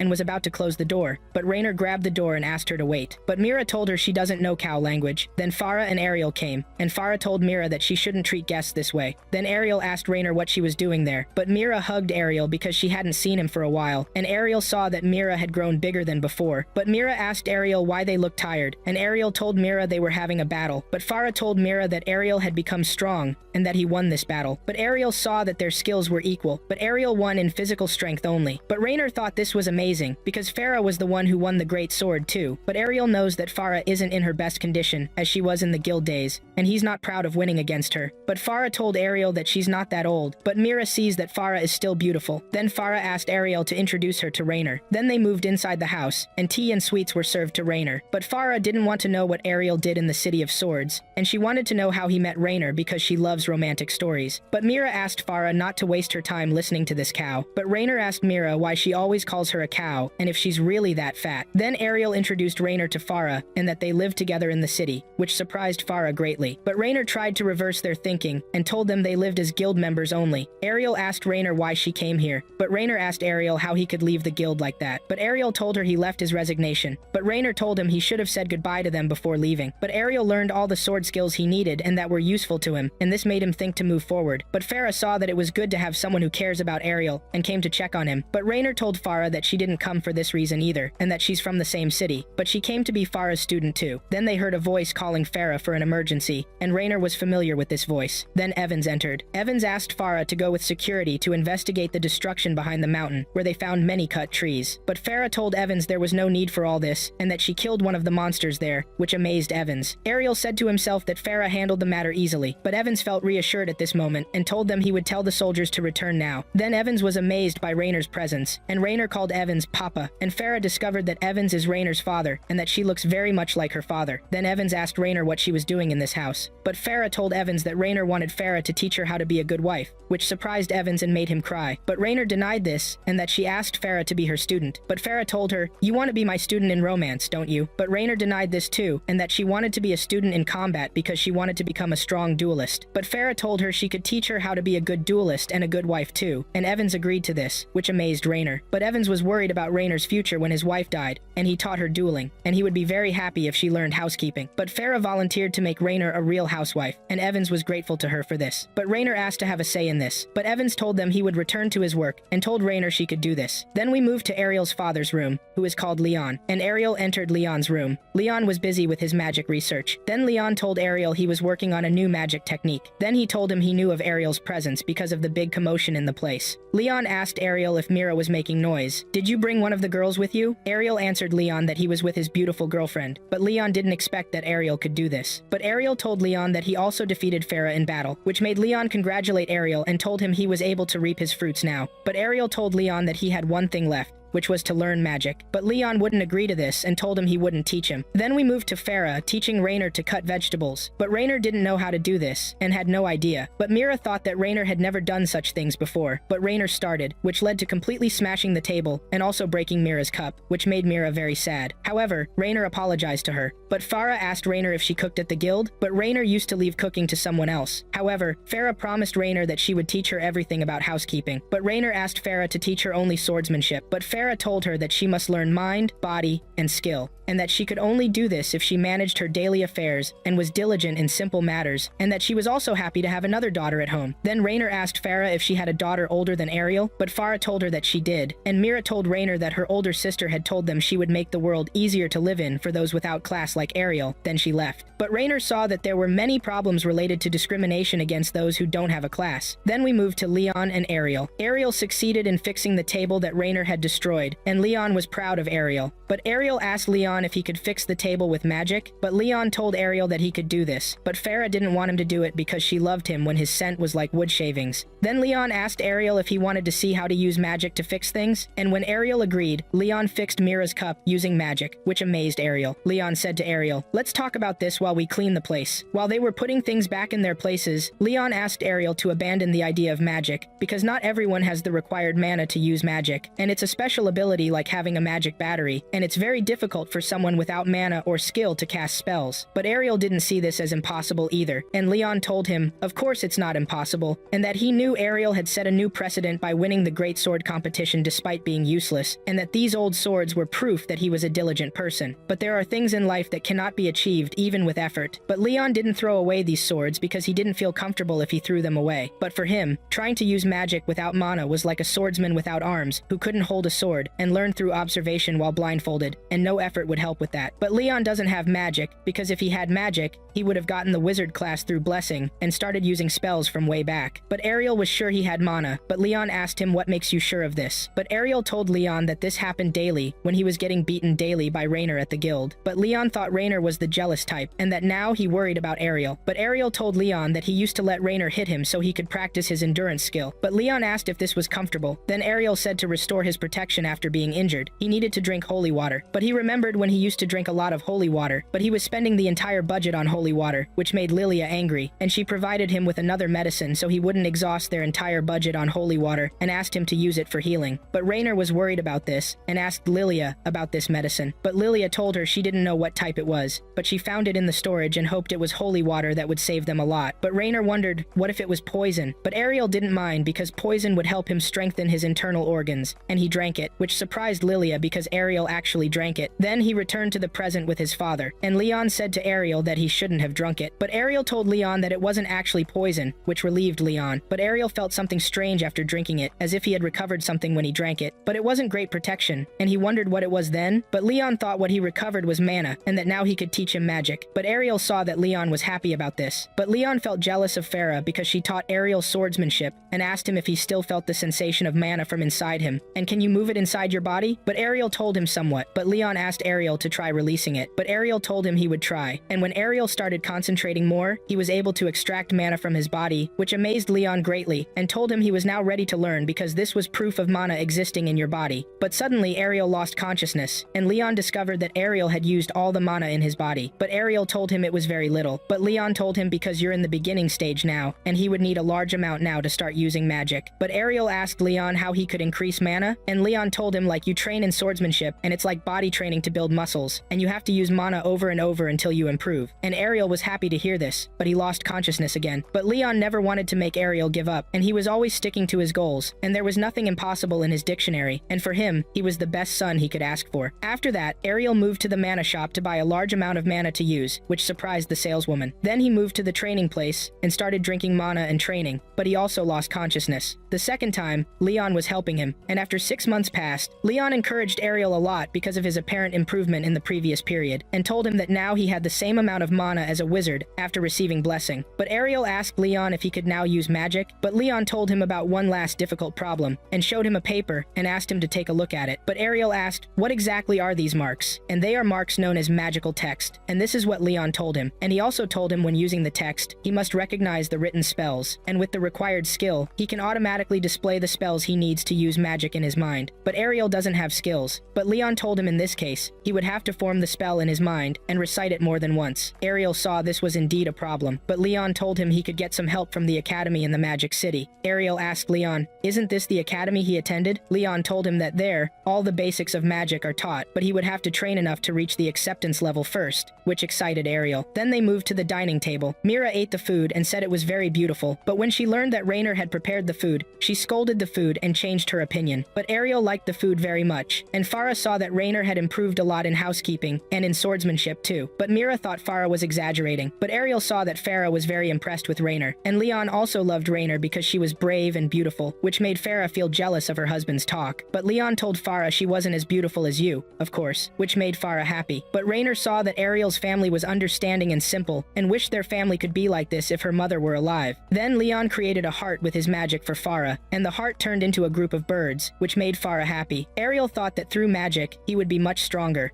After 3 years of intensive home training, Rainer Bartback served a cup of tea to Ariel's mother, who raised it to her mouth and praised her cooking skills. Rainer breathed a sigh of relief and thanked Ariel's mother for her guidance throughout those years. However, a loud crying sound broke the kitchen silence when Mira entered with tears in her eyes, telling them that Ariel had left the house, leaving a message on his bed. Rainer picked up the letter to discover he had gone to the Magic City without any explanation. While Mira cried over her brother's departure, Rainer was overwhelmed with guilt because she had done the same thing in the past. At that moment, Ariel's mother hugged her, warning her not to leave them like her cold son did. Raina reassured her that she wouldn't, and Ariel's mother sadly wondered why her children had gone astray like this. Then the guilty party himself entered the room, rubbing his eyes lazily. Ariel's mother sighed, reassuring herself that things would be fine as long as her children were safe. Meanwhile, Ariel was in a carriage making its way toward the Magic City. He asked the driver how much time was left, and the driver answered that they had 3 more days. The driver asked about his constant traveling between major cities, which sparked the curiosity of the passengers. The children among them asked if he was heading to the magic school like them, and he nodded in confirmation. Then a boy named Kaido wondered why he was applying at this age, and his friend Kufa thought he was retrying admission after repeated failures. She tried to calm him down so he wouldn't embarrass Ariel, but he pointed out that she herself had just mocked him. A noisy argument broke out between them, while the third girl, Colette, tried in vain to calm them down. Ariel noticed that they were all young wizards, who had recently received their magic class. Kaido announced that he used red magic, then asked curiously about Ariel's type of magic. Then Ariel remembered what he learned from his father about dividing magic into colors based on the elements a wizard uses. And because he wasn't assigned a specific color class, his father advised him to try all the elements. Based on his experience, he told them he had no specific class, and that he was proficient in all arts without distinction. Kufa laughed, thinking that was impossible, and Kaido accused him of lying, but he showed them his card, proving he had no class. Then Kaido mocked him for daring to learn magic without a classification. Ariel sighed, having heard such mockery many times. Suddenly, a creature's roar echoed through the forest, frightening the horses and stopping the carriage. The young ones were disturbed by the sound, so Ariel explained to them that it was the roar of the King of Giants. Kaido trembled, asking the driver to hurry, but the driver told him the horses had frozen in fear. Colette was certain they were doomed, but Kufa reassured her that giants were slow-moving. Kaido agreed, believing he could dodge their attacks and face them. Colette nodded in agreement, despite her fear. As the beast approached, their terror increased until it appeared with its ugly face. Colette clung to Kufa in panic. Kaido tried to raise her spirits, confirming it wasn't so huge that it would be impossible to confront. But suddenly, a massive blow from a huge club swept through the scene, sending the creature flying through the air. While the children froze in terror, the real King of Giants appeared, 10 times larger than the previous one, and their spirits completely collapsed. The 2 girls tried to think of a magical trick, while Kaido got off trembling, brandishing his staff, ready to fight to the end. He gathered all his remaining magical energy and launched a massive fireball that hit the king's face. The girls thought he had defeated it, but the beast roared with greater anger and prepared to attack them. Kaido screamed, admitting his energy was depleted, and the king advanced toward the carriage, but a great explosion wiped the creature from existence. The young ones wondered who cast the spell, while Ariel stepped out of the carriage, contemplating his excessive power that had unleashed the explosion. Kaido marveled at his ability, and Kufa pointed out that the explosion spell was from the highest levels of red magic. Kaido realized that such power was only possessed by an advanced great wizard. Then Ariel approached the horses, using healing magic until they rose again. The driver thanked him, and he replied that he should show his skills next time, but the driver just said it was too exhausting. Nearby, Kaido approached Ariel, apologizing for his previous rudeness, believing he was a great magic teacher, and announced he would be his student from now on. Ariel tried to tell him he was just a wizard without classification, but the children thought he was hiding his true identity from them. Noticing their amazed looks, he thought he should have used his sword instead of magic to avoid suspicion. After everyone calmed down, the carriage moved again. After 3 days, they arrived at a city floating in the air. Kaido pointed to it joyfully, saying it was the Magic City. Ariel admired its amazing architecture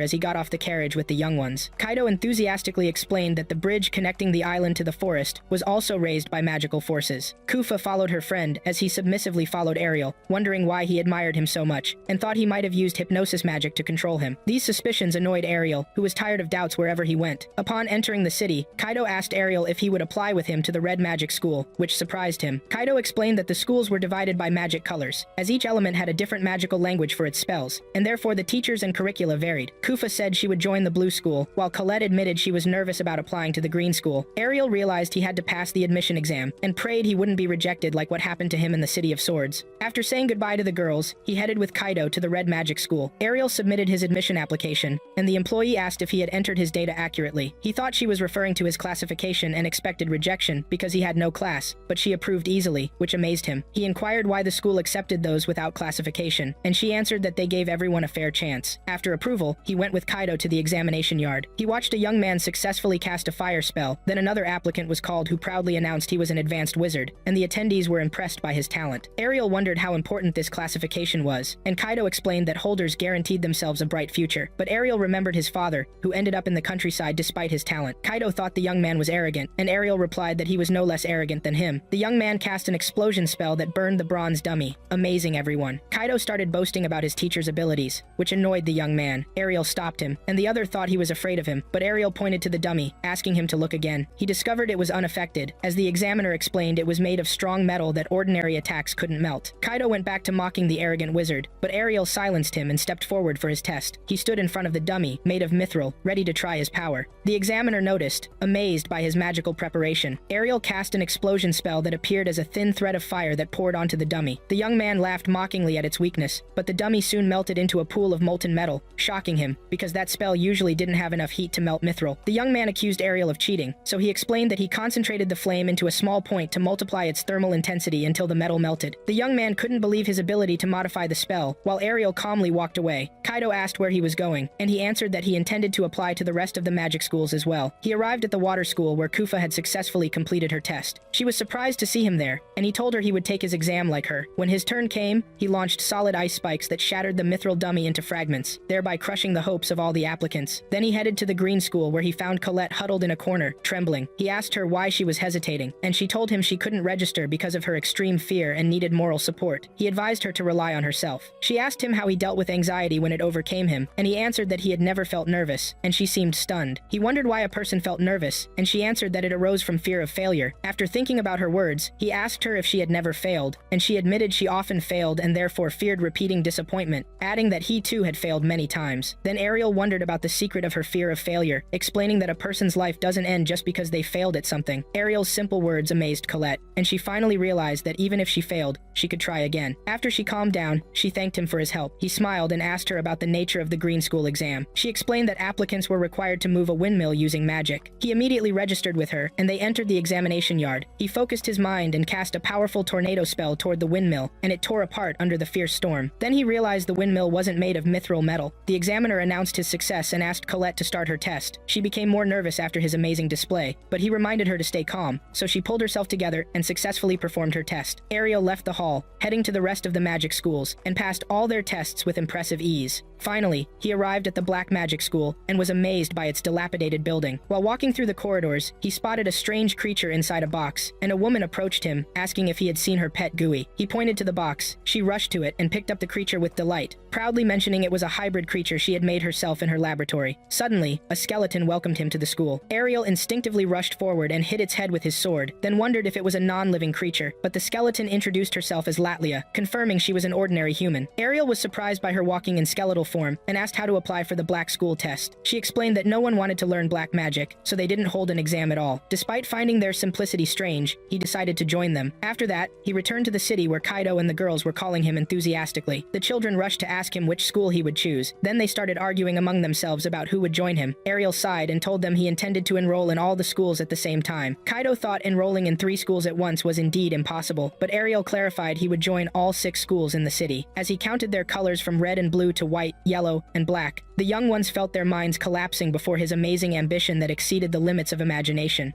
Arel surprised everyone when he said he didn't plan to join just one school, but intended to enroll in all 6 magic schools at the same time. His friends stared at him in disbelief, completely shocked by his decision. Arel showed them the 6 acceptance letters he'd received, and Kova couldn't believe he'd managed to pull that off. She wondered how the other schools hadn't found out that he'd been accepted elsewhere. Arel explained that student information wasn't shared between schools, then started looking over each school's schedule, confident he could attend them all simultaneously, with a bit of improvisation. But he suddenly changed his mind when he noticed that the schedules overlapped. Kaido reminded him that he'd warned him not to apply to 6 schools at once because it would be impossible to attend them all. Arel pointed out that attendance only counted for 20% of the total grade, and since most of the mark depended on exams, he was sure he'd manage just fine as long as he performed well on tests. Colette pointed out that he wouldn't pass the exams if he didn't attend classes, since the latest material taught right before tests wasn't in the books. Arel asked to borrow their notes to fix the problem, and they agreed, but Kova wondered what he'd do about the 3 other schools where he couldn't borrow notes. Arel explained that there was no need to worry about the Black Magic School since no classes were held there, because the Black Magic School relied on self-study that left him to focus on the Yellow and White Magic schools. Kaido was impressed by his reasoning and suggested they all go to school together on their first day. Kova pulled Colette aside and asked how Arel was planning to attend 2 schools at once, since she'd heard that managing just one properly was nearly impossible. Colette admitted that Arel was a very mysterious person, not normal at all, and didn't act like ordinary people. Kaido called everyone over so they could go to their first class together. They entered the classroom, and Kaido was so excited for his first day that he couldn't wait to sit down. Arel led led him toward the back, but Royce spotted them before they could take their seats. He recognized them right away, but they ignored him and kept walking. Royce shouted angrily at being ignored. That was when Kaido recognized him as the guy who'd failed the entrance exams, but Royce denied losing. He accused Arel of being a fraud because it was impossible for a skilled wizard like him to lose to an ordinary spell user doing simple tricks. Arel revealed that he wasn't a spell user, and then Royce understood why he'd lost. He assumed Arel was a wizard and praised him for reaching that level at such a young age, even as a new student. Arel denied being a wizard, which made Royce panic. The only other explanation was that Arel was a great archmage, but Arel denied that too, leaving Royce speechless and completely confused. The teacher entered the classroom and asked everyone to sit down to start the lesson. Royce immediately raised his hand, wanting to ask a question. The teacher didn't recognize him, so Royce introduced himself and asked about Arel's rank since he was the only other person who had used the explosion spell during the exam. The teacher revealed that Arel was unranked, and Arel confirmed it. Royce was so shocked, he couldn't even process what he was hearing. Kaido felt sorry for him since he himself had once been that ignorant, and reassured him that he'd get used to it. They took their seats, and the teacher announced the beginning of the lesson, telling them to open their books while he wrote some magic spell texts on the board. Kaido struggled to keep up, because there were so many magical formulas to memorize. The spells themselves were already hard, but adding spelling and vocabulary to the mix made learning a real nightmare. Meanwhile, Arel was surprised that they were starting with something so basic at the academy. He wondered why they were still studying from scratch when experienced spell users already had the magical texts engraved in their minds. The teacher explained that quite a few of them hadn't fully memorized the spells or their rules yet. He said the only reason they could use magic without proper knowledge was their natural talent, but emphasized that full understanding of magical texts was necessary for smoother spellcasting. He added that mastering this would help them choose the best techniques for casting spells and managing magical energy efficiently, reducing physical strain on their bodies. That's when Arel finally understood why the teacher put so much emphasis on it. The teacher also explained that at higher levels, they'd gain the ability to rearrange spells to create more complex forms of magic. Kaido asked if that's what Arel had done during the exams, and Arel admitted he hadn't realized that was considered an advanced technique. He explained that his father used to mix spells carelessly as if it were normal. After class, he went to the Green Magic School and met Colette. He told her that the classes at the other schools weren't offering anything new, but admitted that Green Magic School was fun, especially because of the upcoming practical training in flight magic. He confessed that he'd never tried anything like that before, which surprised Colette since it was impossible to master advanced magic without learning something basic like flying. Arel blamed his strange upbringing, saying his father was afraid of heights and had never taught him anything related to it. The instructor walked in and asked the students to split up before starting flight practice. She told them to imagine being gently lifted by a rising air current. She began floating, and added that they could spread their arms and imagine being birds to help them master the technique. Arel was at a loss because the instructor's method only worked if the spell was already ingrained in the user's mind. Arel couldn't memorize the spell because he couldn't think about something he didn't know. Colette started hovering beside him, thrilled that she'd mastered the technique. Arel tried to observe her method to copy it, but she lost her balance and fell. The other students laughed at her, and although Arel almost felt he should comfort her, she brushed it off and got back up. She told them she no longer feared failure and resumed training. Arel admired how quickly Colette was improving and starting to fly, convinced she'd achieve full flight with more practice, which motivated him to train too. He thought the best way to apply the instructor's guidance was to trigger a tornado spell beneath his feet. The spell launched him upward, but when the upward force ran out, he fell hard to the ground. Colette offered him her hand, and he took it gratefully. Then another student walked over, mocking them and saying they were a pathetic sight, before showing off how well he could fly. He floated for a few seconds, and then landed again. He told them that he'd been studying flight magic since becoming a wizard, and had never lost a race before. Arel didn't know what a race was, so Colette explained that it was a sport using flight magic, where people competed along a course to see who reached the finish line first. Arel got excited about the idea, and agreed to join, but the student reminded him that it was a flight sport, and advised him to learn how to fly first. Arel boasted that he'd master flying very soon. The student asked the instructor when the next race would be, and she told him it would be held in 2 months. The student told Arel to forget about trying to join that one since mastering flight would take at least 6 months. He gave Arel an entire year to train and challenged him to next year's race, then flew off. But Arel already had an idea for a spell combination that could mimic flight. Colette thought he was planning for next year, but he told her he'd join the upcoming race because he'd master flight in just 2 months. A few days later, Colette, Kova, and Kaido were walking through the halls of the Green Magic School. Kaido asked why Colette insisted on bringing them out at night when they were supposed to be asleep. She told them she'd forgotten something and wanted to retrieve it. She'd asked them to come along because she didn't want to get lost in the dark. Kaido understood but pointed out it wasn't necessary to bring him specifically, since they could have just gone together. Colette revealed that Kova insisted he come along for extra protection. Kova explained that it was safer to move as a group since there were rumors of ghosts appearing in the school after dark. Kaido started to panic, so Kova teased him, calling him the same scared little kid who used to be too afraid to go to the bathroom alone. Kaido got mad, accusing her of being a hypocrite for calling him a coward when she'd been hiding behind Colette since they arrived at school. Kova denied it, saying she was just making sure no one attacked Colette from behind. They bickered until Colette told them to stop, worried their noise would attract the ghost. They turned toward her and saw a ghost entering through the window behind her. The ghost opened the window and covered Colette's mouth so she wouldn't scream. Kaido threatened to burn him if he didn't let her go, so the ghost released her and asked them to calm down. Kaido recognized his voice, and Darrell pulled down his hood to reveal his face. He asked what they were doing in the school courtyard, but they asked him the same thing. He said he'd been practicing flight magic since he decided to join the race. Kova realized he was the reason behind all the ghost rumors around campus, while Kaido worried that Arel was exhausting himself and not sleeping enough. Arel assured them he was getting plenty of rest, and mentioned that he'd just been sleeping a moment ago. Kaido didn't understand what he meant, so Arel explained that he'd trained himself to practice while sleeping. Kova insisted that kind of sleep didn't count as real rest. Kaido admitted he'd never be as strong as Arel, but promised to start training himself too. Kova told him to overcome his fear of ghosts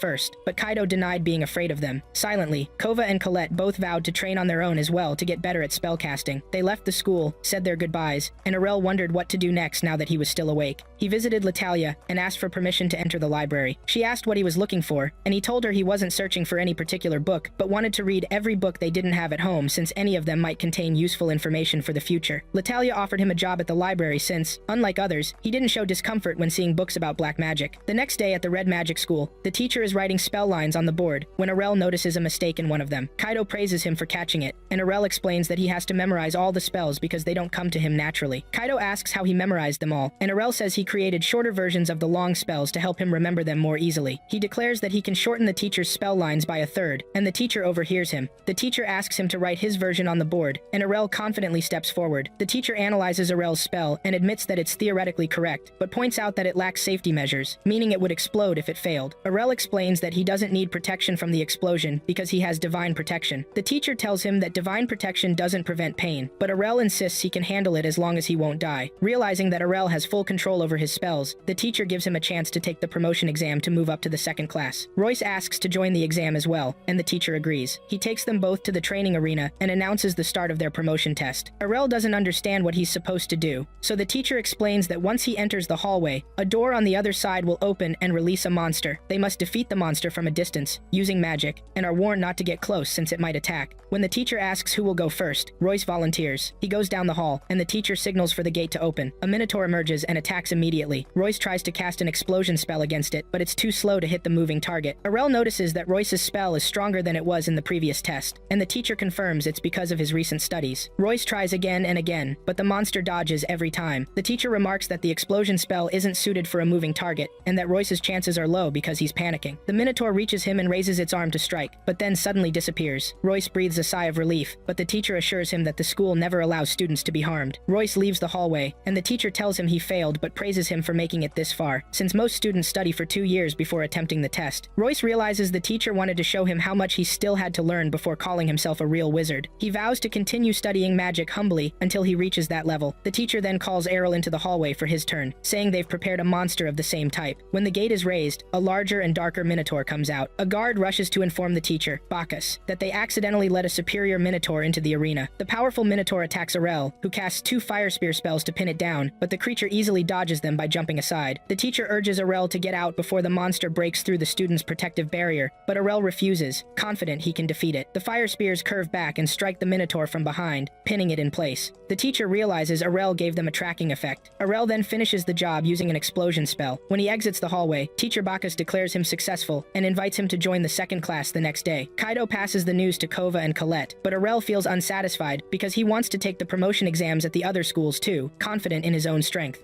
Rainer continued learning to cook from Farah and almost got hurt while cooking, which made Farah worried about her, but Rainer told Farah that she was fine and continued cooking. Mira felt hungry and asked her to hurry up, and Rainer apologized to Mira. Farah asked Mira not to rush Rainer and told her that Ariel also took a lot of time to learn, time after time, just like Rainer does. But Mira didn't agree with this comparison because Rainer is like a cow. Rainer saw that Ariel trains daily more than she does, and surely he's training now. Then we moved to Ariel, who is asking the teacher to let him take the promotion exam that happens only once a year. Ariel knew that, but he said if the teacher agrees, he can take it under special circumstances. But the teacher told him that this is only for outstanding students. Here, Ariel asked the teacher to watch his blue magic, and the teacher told him she would think about it, but only if he attends his lessons seriously. Ariel said this is the opposite of what he needs because the reason he wants to take the exams is to avoid unnecessary extra lessons, which made the teacher very angry. She said to him, "You think my lessons are unnecessary?" But Ariel denied that he meant that, but he sees that they don't suit his current level, which shocked the teacher. She told him that she would would judge that, and the time has come to see if he's qualified to take the promotion exam or not. Then we move to the battlefield, and the competition between Ariel and the teacher Hengel. Kufa was watching them from above, and said to herself that Hengel is among the highest ranks, and only one step away from becoming a high-level sorceress. So why did Ariel make her angry? Then Hengel said to Ariel that the rules are as they are, no physical attacks, and if he removes her pool protection, he wins. She also told him that she doesn't want him to complain if he ends up injured, but Ariel had no problem at all, and asked her if she would allow him to take the promotion exam when he wins, right? Hengel asked Ariel if he could defeat a veteran teacher like her. Ariel was confident about this, which made Hengel mock Ariel and say she didn't expect this overconfidence. Then Hengel started using her ice power, which was very strong, and she froze Ariel afterward, which made Kufa worry about Ariel. Hengel thought that Ariel couldn't resist this power. Then she directed her words to Kufa and told her that one can win in training battles by casting powerful spells as soon as the fight begins, and asked her to remember this rule. But after that, Ariel succeeded in breaking the ice barrier, and Hengel saw that Ariel was somewhat fast in casting spells. Then Ariel said, "It's my turn now," and showed a group of ice blades. Hengel saw that it's normal for a beginner student to do this. Kufa said to herself that she can only use 2 blades. But on the other hand, Hengel showed her ice blades, and they directed their strikes at each other, which caused the blades to collide with each other. Ariel saw that this is also normal for such a skilled teacher. Here, Hengel remembered that Ariel also used this spell in the entrance exam. But unfortunately for Ariel, this power is Hengel's specialty, and it's difficult for him to win this battle. Here, Ariel asked to test something else this time, and showed a large number of ice blades. Hengel also showed him many more than the previous time, and told him that she has high skill too. But Ariel told her, "What do you think if we add 100 from the right, and also 100 from the left, and some blades from behind?" He succeeded in surrounding her from all sides, which shocked Hengel. She said to herself that she can't create all this. When Ariel directed the blades at her, she used an ice barrier to block these blades, and also said to herself that the more these blades increase in number, the less their power, but these blades are very strong and don't weaken at all. But ultimately, this is ordinary magic that can't penetrate her ice barrier, and the fragments of the blades also increase the thickness of her barrier. She also thought that Ariel's mana would run out, and that this way she saves mana for herself to use in attacking him. But Ariel told her that he's finished with the blades, and that he'll launch his last attack. Hengel said to him, "Can you penetrate this thick barrier?" But Ariel told her that he intended to make the barrier thicker so you won't escape, and he used an ice blade from above, and asked her to protect her head, which surprised Hengel. She said this is very strange because he's able to use a large blade like this with this mana. Kufa saw that Hengel had no choice but to escape immediately. Here, Hengel used her intelligence and showed a shield barrier for the blade, but the blade was very strong and penetrated the shield, which led to Hengel's loss. Ariel said he expected this from a teacher about to become a high-level sorceress. Kufa was amazed by Ariel's victory over the teacher. Then we moved to the school courtyard. Ariel was with his friends, and Kaito said he was confident that Ariel would win, and asked them about the exam date. Kufa said that Hengel said he can skip this stage completely. Then Ariel said, "So the next is," and looked at Colette, and they moved to an employee at the school. The employee asked Ariel if he wanted to take the promotion test now. When Ariel confirmed to her that he wanted this, the employee told him that she shouldn't do anything without a convincing reason. Ariel said angrily that in all other schools, all he needs is the teacher's approval. But the employee told him that every place has its rules. Colette said to Ariel that he won't always get what he wants and pulled him to leave. The employee said there are cases where the principal himself granted permission to students. Ariel thought he could go to the principal and get permission from him, but the employee rejected this idea and also told him, "If you intend to go to the principal, he's very busy now and can't allocate time for just one student," she said to him angrily. "And if you happen to disrupt important schoolwork, it may lead to immediate expulsion." Colette asked Ariel, "Why all this rush?" Ariel said it's because there's someone who has him in his sights, and he wants to master magic as quickly as possible to catch up with him, but he's stuck now. Then he asked the employee if there would be a problem if he showed his green magic in this place. The employee told him, "If you want to be expelled, do this." Colette suddenly said that she remembered something. After that, they moved to the very famous magic flying race. Kova was surprised by the large number of people. Kaito saw that Colette might be able to participate, but Colette told him she absolutely couldn't do this. Ariel saw that Colette saved the situation, and thanks to the information she told him, he might now get to meet the director. He remembered when they were with the employee, and Ariel said to Colette that he would participate for enjoyment. Colette explained to him that the winner of this race gets honored by the director. Ariel saw that this was a good way to prove his skills, and that it was a good plan. The employee wanted to clarify to them that this race includes more than 300 participants, and asked Ariel if he could win easily. Ariel expected to win. Then he returned to his present, and Kaito strongly encouraged Ariel to win. Then one of the contestants approached Ariel and asked him, "Why does Kaito call you master? Is this because you dug a big hole through his trivial power?" Ariel asked this contestant contestant. "Who are you?" This made the student angry, and he told Ariel that they attended a training class together. Then he introduced himself, saying his name was Skyke, and that he was the person who would become the greatest master of flight magic in the world, and that he was guaranteed to win this race. Ariel said, "But I'm the one who will win." Skyke said to Ariel, "You couldn't fly that day. What makes you this confident?" Ariel said he had been training a lot. Skyke saw that Ariel was a fool, and that he had trained 10 times more than Ariel also trained, and wished him good luck in not becoming a laughingstock in front of everyone. Kova saw that Skyke was very arrogant, and Kaido asked Ariel to focus and leave all this behind like dust. Then the student Grid began announcing the start time. There was a lot of enthusiasm from the students, and Grid began explaining to them the flight path. He told them about the starting point, which would also be the finish point after flying. The director asked them not to put themselves in danger. Ariel discovered that this was the director. Teacher Dumble also welcomed the contestants. Kova and Colette were very impressed by Dumble, but Kaito told them he was old and married. Then Dumble flew and stood next to Grid in the air as well. The girls waved to him. After that, Grid asked them to get ready, and when he gave the signal, they flew immediately. When the students started colliding with each other, but the rest continued flying as well. Grid said, "We're still at the beginning of the race," but one of the students collided with the walls. Grid said Marco was flying very fast, which led to him hitting the walls. Dumble said he did this last year too. Grid said there are about 15 students in the front, including student Dione. Dumble said he sees familiar faces, and said there are also 2 students still in first place. This angered Skyke because Ariel was in the front rows. Ariel told him everyone else is moving slowly, and also told him this is a long race and you won't last if you go at full speed from the beginning. He saw that he should take it calmly. Skyke said he knows this, and that he doesn't have much energy left. Then Grid moved to the main entrance and said the leaders are approaching the main entrance. He told them this is a dangerous place, because as soon as they exit the gate, they'll have to make 2 very sharp turns. When one of the students entered, they couldn't turn and fell into the water, but Skyke managed to turn. He thought he got rid of Ariel, but Ariel appeared next to him flying, which greatly annoyed Skyke, and Ariel asked, "How are you still here?" Grid and Dumble went to the other direction to be able to follow them in their progress. Grid said the race has reached its midpoint at the border between the 2 schools. Dione distanced herself far from the contestants, but Ariel and Skyke were the closest to her. Skyke vowed he wouldn't let her win. Grid said there are 2 students trying to catch up with Dione, and what's more amazing is that they're 2 first-year students. Kaito kept encouraging Ariel. Kova said to Colette that she could attract Dumble's attention and get praise from him if she did well in the race. Colette saw that Kova was right. Kaito got angry at them and asked them to cheer for Ariel. We moved to Dione, and she looked behind her and was shocked because there are 2 first-year students catching up with her, but she heard Skyke saying he would win the race. She told him then, "Show your speed in front of me," and she increased her speed, which shocked Skyke by Dione's speed. Grid said Dione is now leaving the contestants behind and speeding up. Skyke showed signs of exhaustion and said he could use his power, and then he would be able to catch up with her. But Skyke's mana ran out, which made him very angry, and he told them wait for me next year. But Dumble saw that Skyke did his part, and it's wonderful that he reached this stage of the race, and a lot can be expected from him in the future. Then we moved to Ariel, and he caught up with Dione. Dione said there's 1 person left, so I must speed up more, and she increased her speed. Ariel said to himself that he only trained in flying for 2 months, and he can't increase his speed beyond this. He used his magic weapon and began catching up with Dione, which shocked Grid and Dumble. Grid said he managed to catch up with Dione, and he's doing a strange move. He asked Dumble if he had a comment. Dumble said, shocked, that he's jumping and creating a mass of air under his foot. Grid asked if this was possible. Dumble saw that air can be condensed through green magic and thus become solid enough to jump on, but the resulting thrust usually doesn't have much effect. On the other side, Ariel kept flying using his intelligence, but Dumble said this power is only possessed by Sky Swordsmen of the high class, which shocked Grid. He asked if Ariel possessed this power. On the other side, Ariel kept flying next to Dione, and they reached the final stage. Grid said they would know the result of this race in the last moments, but Dumble thought the matter might be bad because there's a final sharp turn on the track before they reach the main entrance. Both of them continued at the same speed, but Dione said to herself that she must reduce her speed, so she wouldn't be in trouble, but Ariel was still continuing at his speed. But Dione felt desperate and reduced her speed, which led to Ariel becoming in first place, which made his friends happy. Grid saw that Ariel couldn't turn at this speed, but Ariel used the same method with which he increased his speed and succeeded in turning, which shocked Dumble and Grid. Grid asked, did he use the same power he used in flying as well? But Dumble was shocked. Ariel succeeded in crossing the finish line and became the winner. Everyone cheered for him. Colette said he did it. Kova said it's foolish to think he's useless, isn't it? Then Dione approached Ariel and told him she was shocked. She didn't think she would lose to a first-year student. They shook hands with each other. Dione told Ariel he won't beat her again. Then Skyke also arrived and was in third place. He told them he would beat them all next year, but he fell to the ground from exhaustion. Then Ariel told them it was a fun race. After that, the director honored Ariel and congratulated him on his victory. Then Ariel asked the director to move him to the second year. The director didn't refuse and told him he agreed, because Ariel had the available capabilities for this, and there was no doubt about it. Also, the director saw that it's amazing that a first-year student wins in flying, flying, and asked him, "Where did you learn this?" Ariel told him he learned this in class, which made the director laugh. The director said, "What a smooth dodge," and told him, "It seems you won't reveal your secret this easily," and told him he looked forward to seeing what he would do in the future. Then he left. Ariel was happy because he moved to the second year, and he only had 3 colors left. After that, his friends came to him to congratulate him on his success. Ariel went to the guild employee to register for the seminar, but the employee told Ariel that the competition deadline had already passed, which made Ariel sad. He asked the employee if an exception could be made for him, but the employee told him that this shouldn't be done. However, she asked him to register for the next seminar. Ariel asked about the date of the next seminar. The employee told him that the exact date hadn't been set yet, but it would be in a few months. But Ariel thought this date was very far away, and that he wanted to skip his grade as soon as possible. Then he asked the employee again to help him in any way, and told her that he had invented a new type of golem. Then teacher Gorel came from behind him and asked Ariel if he had really invented a new type of golem. Ariel answered Gorel that he had indeed done that. Then Gorel said to Ariel, "How about becoming my assistant in the seminar?" Ariel asked Gorel if being his assistant meant he would be able to display his own golem, and when Gorel confirmed he would do this, Ariel agreed immediately. Then Gorel left, and here the employee said to Ariel that she couldn't believe he agreed to be assistant to teacher Gorel because this teacher is the absolute best at controlling golems, and he always makes sure to fight battles in every seminar, and that Ariel doesn't think this will cause him any problem. But the employee told him that he always chooses to have students as opponents, and then crushes them mercilessly, but she thought this was very childish behavior. The employee heard that Gorel is still looking for an opponent this year, but Ariel thought he appeared at the right time. But the employee told Ariel and said to him that he can back out if he wants. But Ariel insisted on being Gorel's assistant because this is the only way that will let him register in the seminar. Then we move to the arena where the seminar is being held, and the seminar host announced that they will now have presentations from the teaching staff, and now they will see earth magic. The teachers began displaying their magic, and after that came teacher Gorel's turn. Then Gorel stepped forward and told them that he will now show them his killer golem. On the other side, students began talking about Ariel, and that he's a new student, and that he will be like a great sacrifice for the teacher. Kufa felt very scared for Ariel. Then the golem appeared from Gorel's earth, and Kaido thought this golem was completely different from the ones in the village. Colette said she thinks it's different because it's a combat golem. Then Gorel asked Ariel to show his golem. Then Ariel called his golem, and when it appeared, Gorel was very surprised. Ariel said he made this golem using alchemy, which led everyone to question and be amazed. Kufa said that Ariel makes things easily as if he's breathing. Kaito was very happy about his friendship with Ariel. Then Gorel asked Ariel not to joke, and told him that this metal golem is difficult to move easily with earth magic, but the only reason it moves smoothly is the presence of a human inside controlling it. He began approaching the golem and looking inside it, but Ariel told him there's no one inside it. But Gorel saw that this metal golem has very light limbs, and understood that Ariel sacrificed durability to make this golem very light, and saw that he put in great effort. Gorel also thought that this metal golem would collapse from one hit from his golem, and told him that he would also learn a lesson, but a harsh lesson, and asked his golem to attack Ariel's metal golem. Then one of Gorel's golems launched at the iron golem and directed a strike at the iron golem, but the iron golem blocked it, which led to the destruction of the earth golem's arm, which amazed Gorel. He said it wasn't light enough, and said to himself that the time for joking is over. He asked his golem to repair itself. After the earth golem repaired itself, Gorel also strengthened his other golems and asked them to attack the iron golem. Gorel said that his huge mana reserve is his strongest weapon, and thanks to it he can control many golems at once. While the earth golems were on their way to attack the iron golem, Ariel revealed the iron golem's weapon. But Gorel didn't feel scared, and thought it was an ordinary sword. But the iron golem directed a strike at the earth golems, and with one strike succeeded in defeating them, which amazed Gorel greatly. He said it's not normal for an iron golem to know sword fighting. Ariel said to him, of course, because it's an unusual golem made from his own alchemy magic, and it's equipped with flexible joints that make it able to perform movements easily. Thanks to the combination of materials and control method, this golem surpasses the capabilities of older types. He said to him, "This is the fruit of my research," and extended his hand to Gorel to help him stand up. Gorel thought this was logical in theory, but its implementation should be impossible. Then Ariel asked teacher Gorel if this would be suitable to qualify for the promotion exam, but Gorel answered him and told him that assistants are not qualified for that, which shocked Ariel. But Gorel told him if he joined his golem laboratory, and at that time he would talk to the director to make him skip the grade he wants. Then Ariel agreed to this. Then Ariel moved to the laboratory, and there was a girl named Kaidi waiting for him, and they welcomed each other. Then Kaidi said to Ariel that she's here to test him in practical skills. Then Ariel asked Kaidi if she was okay, but she told him she can't see, but she can recognize mana and magic in her own way, and she can also see the amount of mana inside him. When she looked inside Ariel, she found a large amount of mana, and she didn't see the end of his reserve. She thought this level was impossible. Then Ariel asked again to Kaidi, "Are you okay?" But Kaidi told him, "I'm the one who should ask this question." Then they headed to the test location, and she told him this is a cemetery of an empire that disappeared long ago, and magic has accumulated over many years, and it has now become an underground dungeon inhabited by undead creatures. Then Ariel went inside and lit the light. Kaidi told him that light attracts the monsters' attention to them. When monsters began appearing, Ariel was getting rid of them very easily and was advancing inward. But Kaidi told him that he had passed the exam and asked him to stop. She asked him to go back outside so they could save mana to light their way out. But Ariel told her he only used 1% of his power. But Kaidi told him she doesn't want him to prove this to her. But Ariel discovered one of the monsters was behind him and directed a strike. But the monster didn't die. Kaidi thought it was a strong monster, so it wasn't affected by Ariel's power. While the monster was about to attack them, Ariel directed another strike, but the monster wasn't affected either. The monster said to Ariel, "You can't defeat me using this level of magic." But Ariel multiplied his magic and used it on the monster until he was able to defeat it. Then Ariel went to the gate to exit, but Kaidi followed him and told him that the monster he just killed was from the advanced white class, and the spell he cast on it is high-level light magic that only exorcists and talented people master. But Ariel thought it was the same as holy rays. But Kaidi told him if he wants to see it that way, it could be. Ariel told her he has one more thing to tell her. Then Ariel moved to the black magic school and was studying, and suddenly Lutalia appeared to him and said to him, "You're working very hard." But Ariel directed a strike at her that caused her head to fall from her body. Then Lutalia picked up her head, but Ariel asked her not to interrupt him during his study time again, and that he doesn't see many students. Then he asked her, "What about this room at the back of the hall? It has a solid door, but there's nothing inside it." But Lutalia revealed to him that this room is for testing the magic spells in the books, and that other schools can test spells outside, but casting black magic drains people's souls. Ariel was convinced by this, and thought that now he can try a spell from one of the most complex books. Then Ariel moved inside the room, and had a book in his hand written about magic, to transform people into strange things. But he also found it strange that the book doesn't have an author's name or title written on it. When he opened the book, a very strong light appeared from it. Then the writing disappeared. He wondered where this mana went. He thought this was a very ominous thing. Then he saw a person sitting in the air who said to Ariel, "I'm grateful to you for getting me out of this book." Then Ariel said to this person, "You can't be human, of course. You're a demon?" The man confirmed to him that he is indeed a demon, and that he can't believe he stayed trapped in this book all this time, and that no one touched this book except him before, and he must thank Ariel somehow. But Ariel told him he would decline this. But the demon asked him not to be pretentious, and told him that he would need a mediator to return to the demon world, and that this meant fresh blood and human flesh, and that he chose Ariel to be his sacrifice. He attacked Ariel, but Ryle blocked his strike and told him that he refused this offer. However, Ariel cast a spell on the demon, but nothing happened, which surprised Ariel. The demon said to Ariel that nothing will happen because you are inside my barrier, you fool. This barrier prevents all types of magic, and Ariel has now become an easy target for the demon. But Ariel told him, "Then now I will kill you with this, instead of magic." While Ariel was advancing toward the demon believed that Ariel could not kill him, but the opposite actually happened. Ariel succeeded in cutting off the demon's neck, but it returned to its place again. Ariel wondered in surprise if this demon was immortal like Lutalia, but the demon became angry because Ariel cut off his head with a magic wand, and he now understood that Ariel was a magical duelist. But Ariel told him he was classless, and directed several quick strikes at the demon. The demon thought this didn't affect him at all, but the demon began to be affected by Ariel's quick strikes, and began to shrink in size in a strange way, until he became smaller than a book. He begged Ariel not to hit him again so he wouldn't become smaller than this. Then Ariel asked the demon, "Don't you want me to hit you?" The demon said, "Of course not." Ariel told him, "Then I am ready to release you." Then Ariel placed his hands on the demon's body, and the demon was surprised by the presence of a seal on his body. Ariel told him that this was an enslavement seal, which angered the demon because he would be a slave to a human child. But he felt severe pain, and Ariel told him that he designed the seal so that if he rebelled against him, he would feel severe pain. Ariel saw that the demon must learn manners, and the demon begged Ariel to forgive him. Then Lutalia came to them and said she heard a loud noise and asked what was happening. She said in surprise, "Is this a demon? And what is it doing here?" Ariel told Lutalia that he made the demon his follower. Lutalia said to Ariel, "You always do the impossible." Then we moved to Ariel's friends, and Kaito congratulated Ariel for passing the yellow and white magic school exams. Colette also said to Ariel, "Since the black magic school has no exam, this means you've moved to the second grade in all schools now." But Ariel didn't know it was this easy, but Kufa sees that Ariel is the only person in this city who can say this. Then Kaito grabbed the demon and saw it was strange that this was Ariel's follower, but the demon got angry at Kaito but received a hit on the head from him. Colette told Kaito that he should be nice to pets, which angered the demon because he was called a pet. He scolded them angrily, but Kufa grabbed him tightly. But Colette asked Kufa to stop and apologized to the the demon. But Ariel told them that this demon would need a lot of power to die. Then Ariel asked the demon to go buy them bread for lunch. But the demon refused because he wouldn't do household chores for him, which caused the demon to feel severe pain because he rebelled against Ariel. After that, he went to buy bread. Then we moved to the meeting hall, and all the school principals were there. Then the employee entered and told them they would discuss what they came for. He distributed a booklet to each of them and told them these were the grants they were studying for the coming year. These grants equal the operating budget of the institute and are only possible thanks to housing taxes, along with donations. He asked them if any of them had any opinion on this, but everyone agreed except the principal of the Black Magic School, who is Blaj, because the Black Magic School receives less than 40% of the amount it received from last year. He saw this as disgraceful. The employee told him their budget was very high compared to the number of staff and students, and in addition to the advanced contributions to the city, it is 10% less than what any other school provides. Therefore, it was decided to review next year's amounts accordingly. But Blaj saw that good research cannot be done with this amount. Redora, head of the Red Magic Institute, said, "Has any research you've done ever been good in the first place? All you do is eccentric magic." Blaj asked Redora not to underestimate the magic he provides. Waito, head of the White Magic Institute, said that black magic is classified by the state as a dangerous art and suggested that the city should reconsider how to regulate it. Blaj thought they wanted to ban black magic, but the employee told him they weren't here now to discuss this matter. White said, "Of course not this time." Then the employee asked them, "Shall we proceed initially with these requested allocations?" When everyone agreed, he told them it would be officially approved after the results of the 6 Magic Institutes competition. Everyone left except Blaj, who was very angry. But the employee told him, "Stare at me as you wish, because this won't change anything. As I told you, the competition results will affect the numbers too, so you should make the most of that opportunity. If the Black Magic School wins, it will be considered a contribution to the city's tourism, and you can then keep the allocations as they were last year." Blaj said to himself that if he wins, he will get the amount from last year. This way, the Black Magic School will be saved. Then we moved to Ariel and his friends. Ariel saw that the decorations were amazing and asked if the Sorcerer Lord Festival was important to this degree. Kufa said it was so famous that there was no one who didn't know about it, but it was the first time Ariel heard about it, which surprised Kufa. She told him he could understand this from the enthusiasm of the people around him. Then Kaito asked Ariel if he had heard before about the 6 Magic Institutes competition. Ariel said, of course he knew it, and that it was a magic competition between the 6 schools together. Kaito said it was the main event of the festival. Kaito asked Ariel if he would participate. Ariel said he was asked to be in the beginner's battle. Kaito was sure of this and said he was eager to see Ariel's red magic. But Kufa told Kaito that if Ariel participates, he should use amazing water magic. Colette thought Ariel would use flying magic because it's common in all villages. But Ariel told them he wasn't restricted to just one type. Then the demon asked Ariel which school he would compete against. But Ariel was supposed to meet with the principals tomorrow morning, and he would know the details then. But the demon told him that the festival would start tomorrow, and the beginners' battles were on the first day. The demon saw this as very chaotic organization for an event of this size. Ariel saw that the demon knew about it more than he did, and that he was very excited about this festival. But the demon sees that Ariel is very negative about this. Then night fell, and we moved to the place of Blaj, head of black magic. He was making a magic circle, and said he was done with it, and now he could teach those fools a lesson in the greatness of black magic. He summoned the monster from the magic circle. When it appeared, Blaj was very amazed. He advanced toward the monster excitedly and said this was the strongest monster in the demon world. But the monster attacked Blaj and absorbed him inside it, which caused Blaj to feel extreme fear. He was asking it to release him because he was the one who brought it, until Blaj disappeared completely. After the beast ate Belaj, it continued to eat the rest of the imprisoned monsters. Then we moved to Ariel, who was sleeping in his bed when the demon, his assistant, came and asked him if he had woken up or not. But Ariel had already woken up. Ariel remembered what happened to him in the past days, and said he dreamed of everything he went through at school. Then we moved to the Green Magic School, where the principals were asking about the principal of the Black Magic School, Belaj, and they also thought that the Black Magic School was about to close, and also believed there were no students inside it. Yellow, the principal of the Yellow Magic School, said that the students he chose were about to arrive to participate in the beginner's battle. The principal of the White Magic School, Guido, said that the battle is held for beginners on the first day of the competition, and a representative from first-year students from each institute participates against the others. The principal of the Red Magic School, Redora, saw that they should start seriously and with a strong launch, so he had already chosen one of his best students. The principal of the Blue Magic School, Blona, said she was confident in choosing her student from the Blue Magic School, and that he would bring her a lot of gold. The principal of Green Magic, Green, said he was confident that his school would reach the top. Yellow said it was difficult to be certain about anything since their chosen students hadn't arrived yet for them to know about themselves. Then Ariel came walking toward them. All the principals looked at him, and Ariel told them he came for the meeting. All the principals said in one voice that this was Ariel, their favorite student from their school. But they all heard an explosion sound, which drew everyone's attention. While the other students were preparing for the competition, Kova saw something strange and wondered what it was. The monster appeared to them from behind the walls, devouring monsters others, which made them feel afraid. When the beast passed over the walls, Kaido asked everyone to run. The students immediately fled, and on the other side, Ariel moved quickly, and the other principals also followed him. While the monster was moving toward the students, one of the students shot at it, but the monster was not affected at all. While this student insisted on delivering a stronger blow than before, when this happened, the monster almost devoured him, but he was saved at the right time by one of the female students who could fly well and soared high with him. Then the monster continued chasing the students, and Ariel's friends were the closest students to the monster. While they were running, Colette fell to the ground, and the monster was approaching them, but Kova tried to stop the monster's movement using her magic, but the monster was very strong and easily destroyed the ice. Here, Kaido used the magic he learned from Ariel and directed a fire strike at the monster, but the monster absorbed it easily, which shocked everyone at the monster's power. Here, Colette remembered Ariel's words to her that someone's life is not completely destroyed because of one mistake. Colette stood up and directed a strike at the monster, but the monster was also unaffected. But Colette was happy because she fought until the end, without worrying about making mistakes. Here, the monster extended its arms to grab Ariel's friends, but Ariel appeared and was able to cut off the monster's arms and save his friends. Ariel said to Colette that she did well, which made Ariel's friends happy to have him by their side. Then the other principals gathered beside Ariel, and Yellow asked the students to leave immediately and go to the City Hall building. The students left immediately, and Ariel asked the principals, "Will you need me to fight with you?" But Blona asked Ariel to sit and watch when the teachers take the matter seriously. Ridaro also told Ariel they would handle it because their rank was high. Yellow told Ariel it was their duty to protect their students' lives. Then Ariel left. Then Ridora thought this monster had magic resistance based on what happened in the previous fight, but Blona said those were just spells cast by the student. She directed a strike at the monster, and at the same time Guido also directed a strike at the monster, and they froze the monster with ice. But the monster was able to destroy the ice immediately. But Ridora saw that this monster was very cursed, and asked Green to direct a double strike together. It was a strong strike, and Blona thought this strike would finish the monster, but the opposite happened, which shocked Green and Ridora as well. Green discovered that this monster doesn't resist their magic, but feeds on it. Here, the monster threw its arms to grab them all, but Yellow quickly intervened and created walls around the monster, and was able to completely restrict its movement. But the monster began breaking the walls, and Yellow saw that these walls didn't hold for long. Wito confirmed Green's words that this monster feeds on magic, and also uses it to grow. Ridora suggested they all attack it and hit it with one strike, but Wito refused this because it might absorb all the strikes. But Blona wondered anxiously, then how will we destroy it now? Here the monster was able to break the walls. While Ariel was watching everything from above, he saw that the spells used by all the principals he had read about in books, and also heard about from his father. He saw that there didn't seem to be much left to learn in the Magic City. Then the demon appeared to Ariel and asked, "Will you just watch?" But Ariel said the principals told him they would handle it, but he also wanted to see what magic they would use. The demon saw that this monster was very fierce, and called it the gluttonous slime, and he didn't think he would see one outside the demon world. Here Ariel grabbed the demon, because he discovered the demon had information about this monster, and asked him to talk, which would be better for him. But the demon said to Ariel he would talk, and asked him to let him go first. Then the demon told Ariel that this monster has the ability to absorb anything, and this makes it grow more, and it especially loves mana. Ariel asked if every time it eats magic, its size grows bigger. The demon saw that the teachers were providing it with a lot of magic too, and saw this as great stupidity from them. But Ariel said, "What about strong magic it cannot completely absorb or quick strikes it cannot comprehend?" But the demon didn't think there were spells that strong, and saw that this monster would swallow any magic it gets hit with, and any weapon too, even if it was a sword or spear. But Ariel saw this matter was worth trying. Then he descended to the ground and showed his sword. But the demon asked Ariel why he made this sword. But Ariel told him he could use the sword well. The demon here asked Ariel, "Weren't you using a magic wand when fighting me?" But Ariel thought to use a real sword when fighting a monster like this, which greatly annoyed the demon because he thought he wasn't worthy of Ariel using a sword against him. He also told him he was from the demonic royal family. But Ariel asked the demon to go with him, which surprised the demon, who said to Ariel, "Do you want me to fight with you?" Ariel confirmed to the demon that he was his companion and should fight with him, which greatly frustrated the demon. But on the other side, the monster was moving with great savagery, destroying walls and buildings. The teachers were watching and couldn't do anything. Ridora said they had used everything and were at their wits' end. Bellona thought this monster was heading toward the city center, and Guido wondered if abandoning the Magic City was their only option. Green suggested they move now, but Bellona saw something strange. Ariel advancing quickly toward the monster. He then directed a strike at the monster with his sword, while the students watched Ariel fight. The demon was surprised that Ariel managed to slash the monster, but Ariel saw that the monster wasn't affected either. Then the principals came flying beside Ariel. Ridora asked Ariel why he used a sword, and if he had always been a swordsman. Wito also asked Ariel why he hadn't told them about his class before. Bellona thought Ariel was a magic swordsman, but Ariel told them he was classless, though no one believed him. When Green learned that the monster liked to attack magic because it loved mana, he said this monster would head to the city center to devour the students because they possessed magic mana. But Redora wouldn't allow this to happen. Bellona saw that magic wouldn't work, but Ariel directed another strike at the monster that caused it to disintegrate. Then he told the principals he would handle it and slow its movement. Guido almost refused to leave Ariel alone, but Yeloa asked her to stop,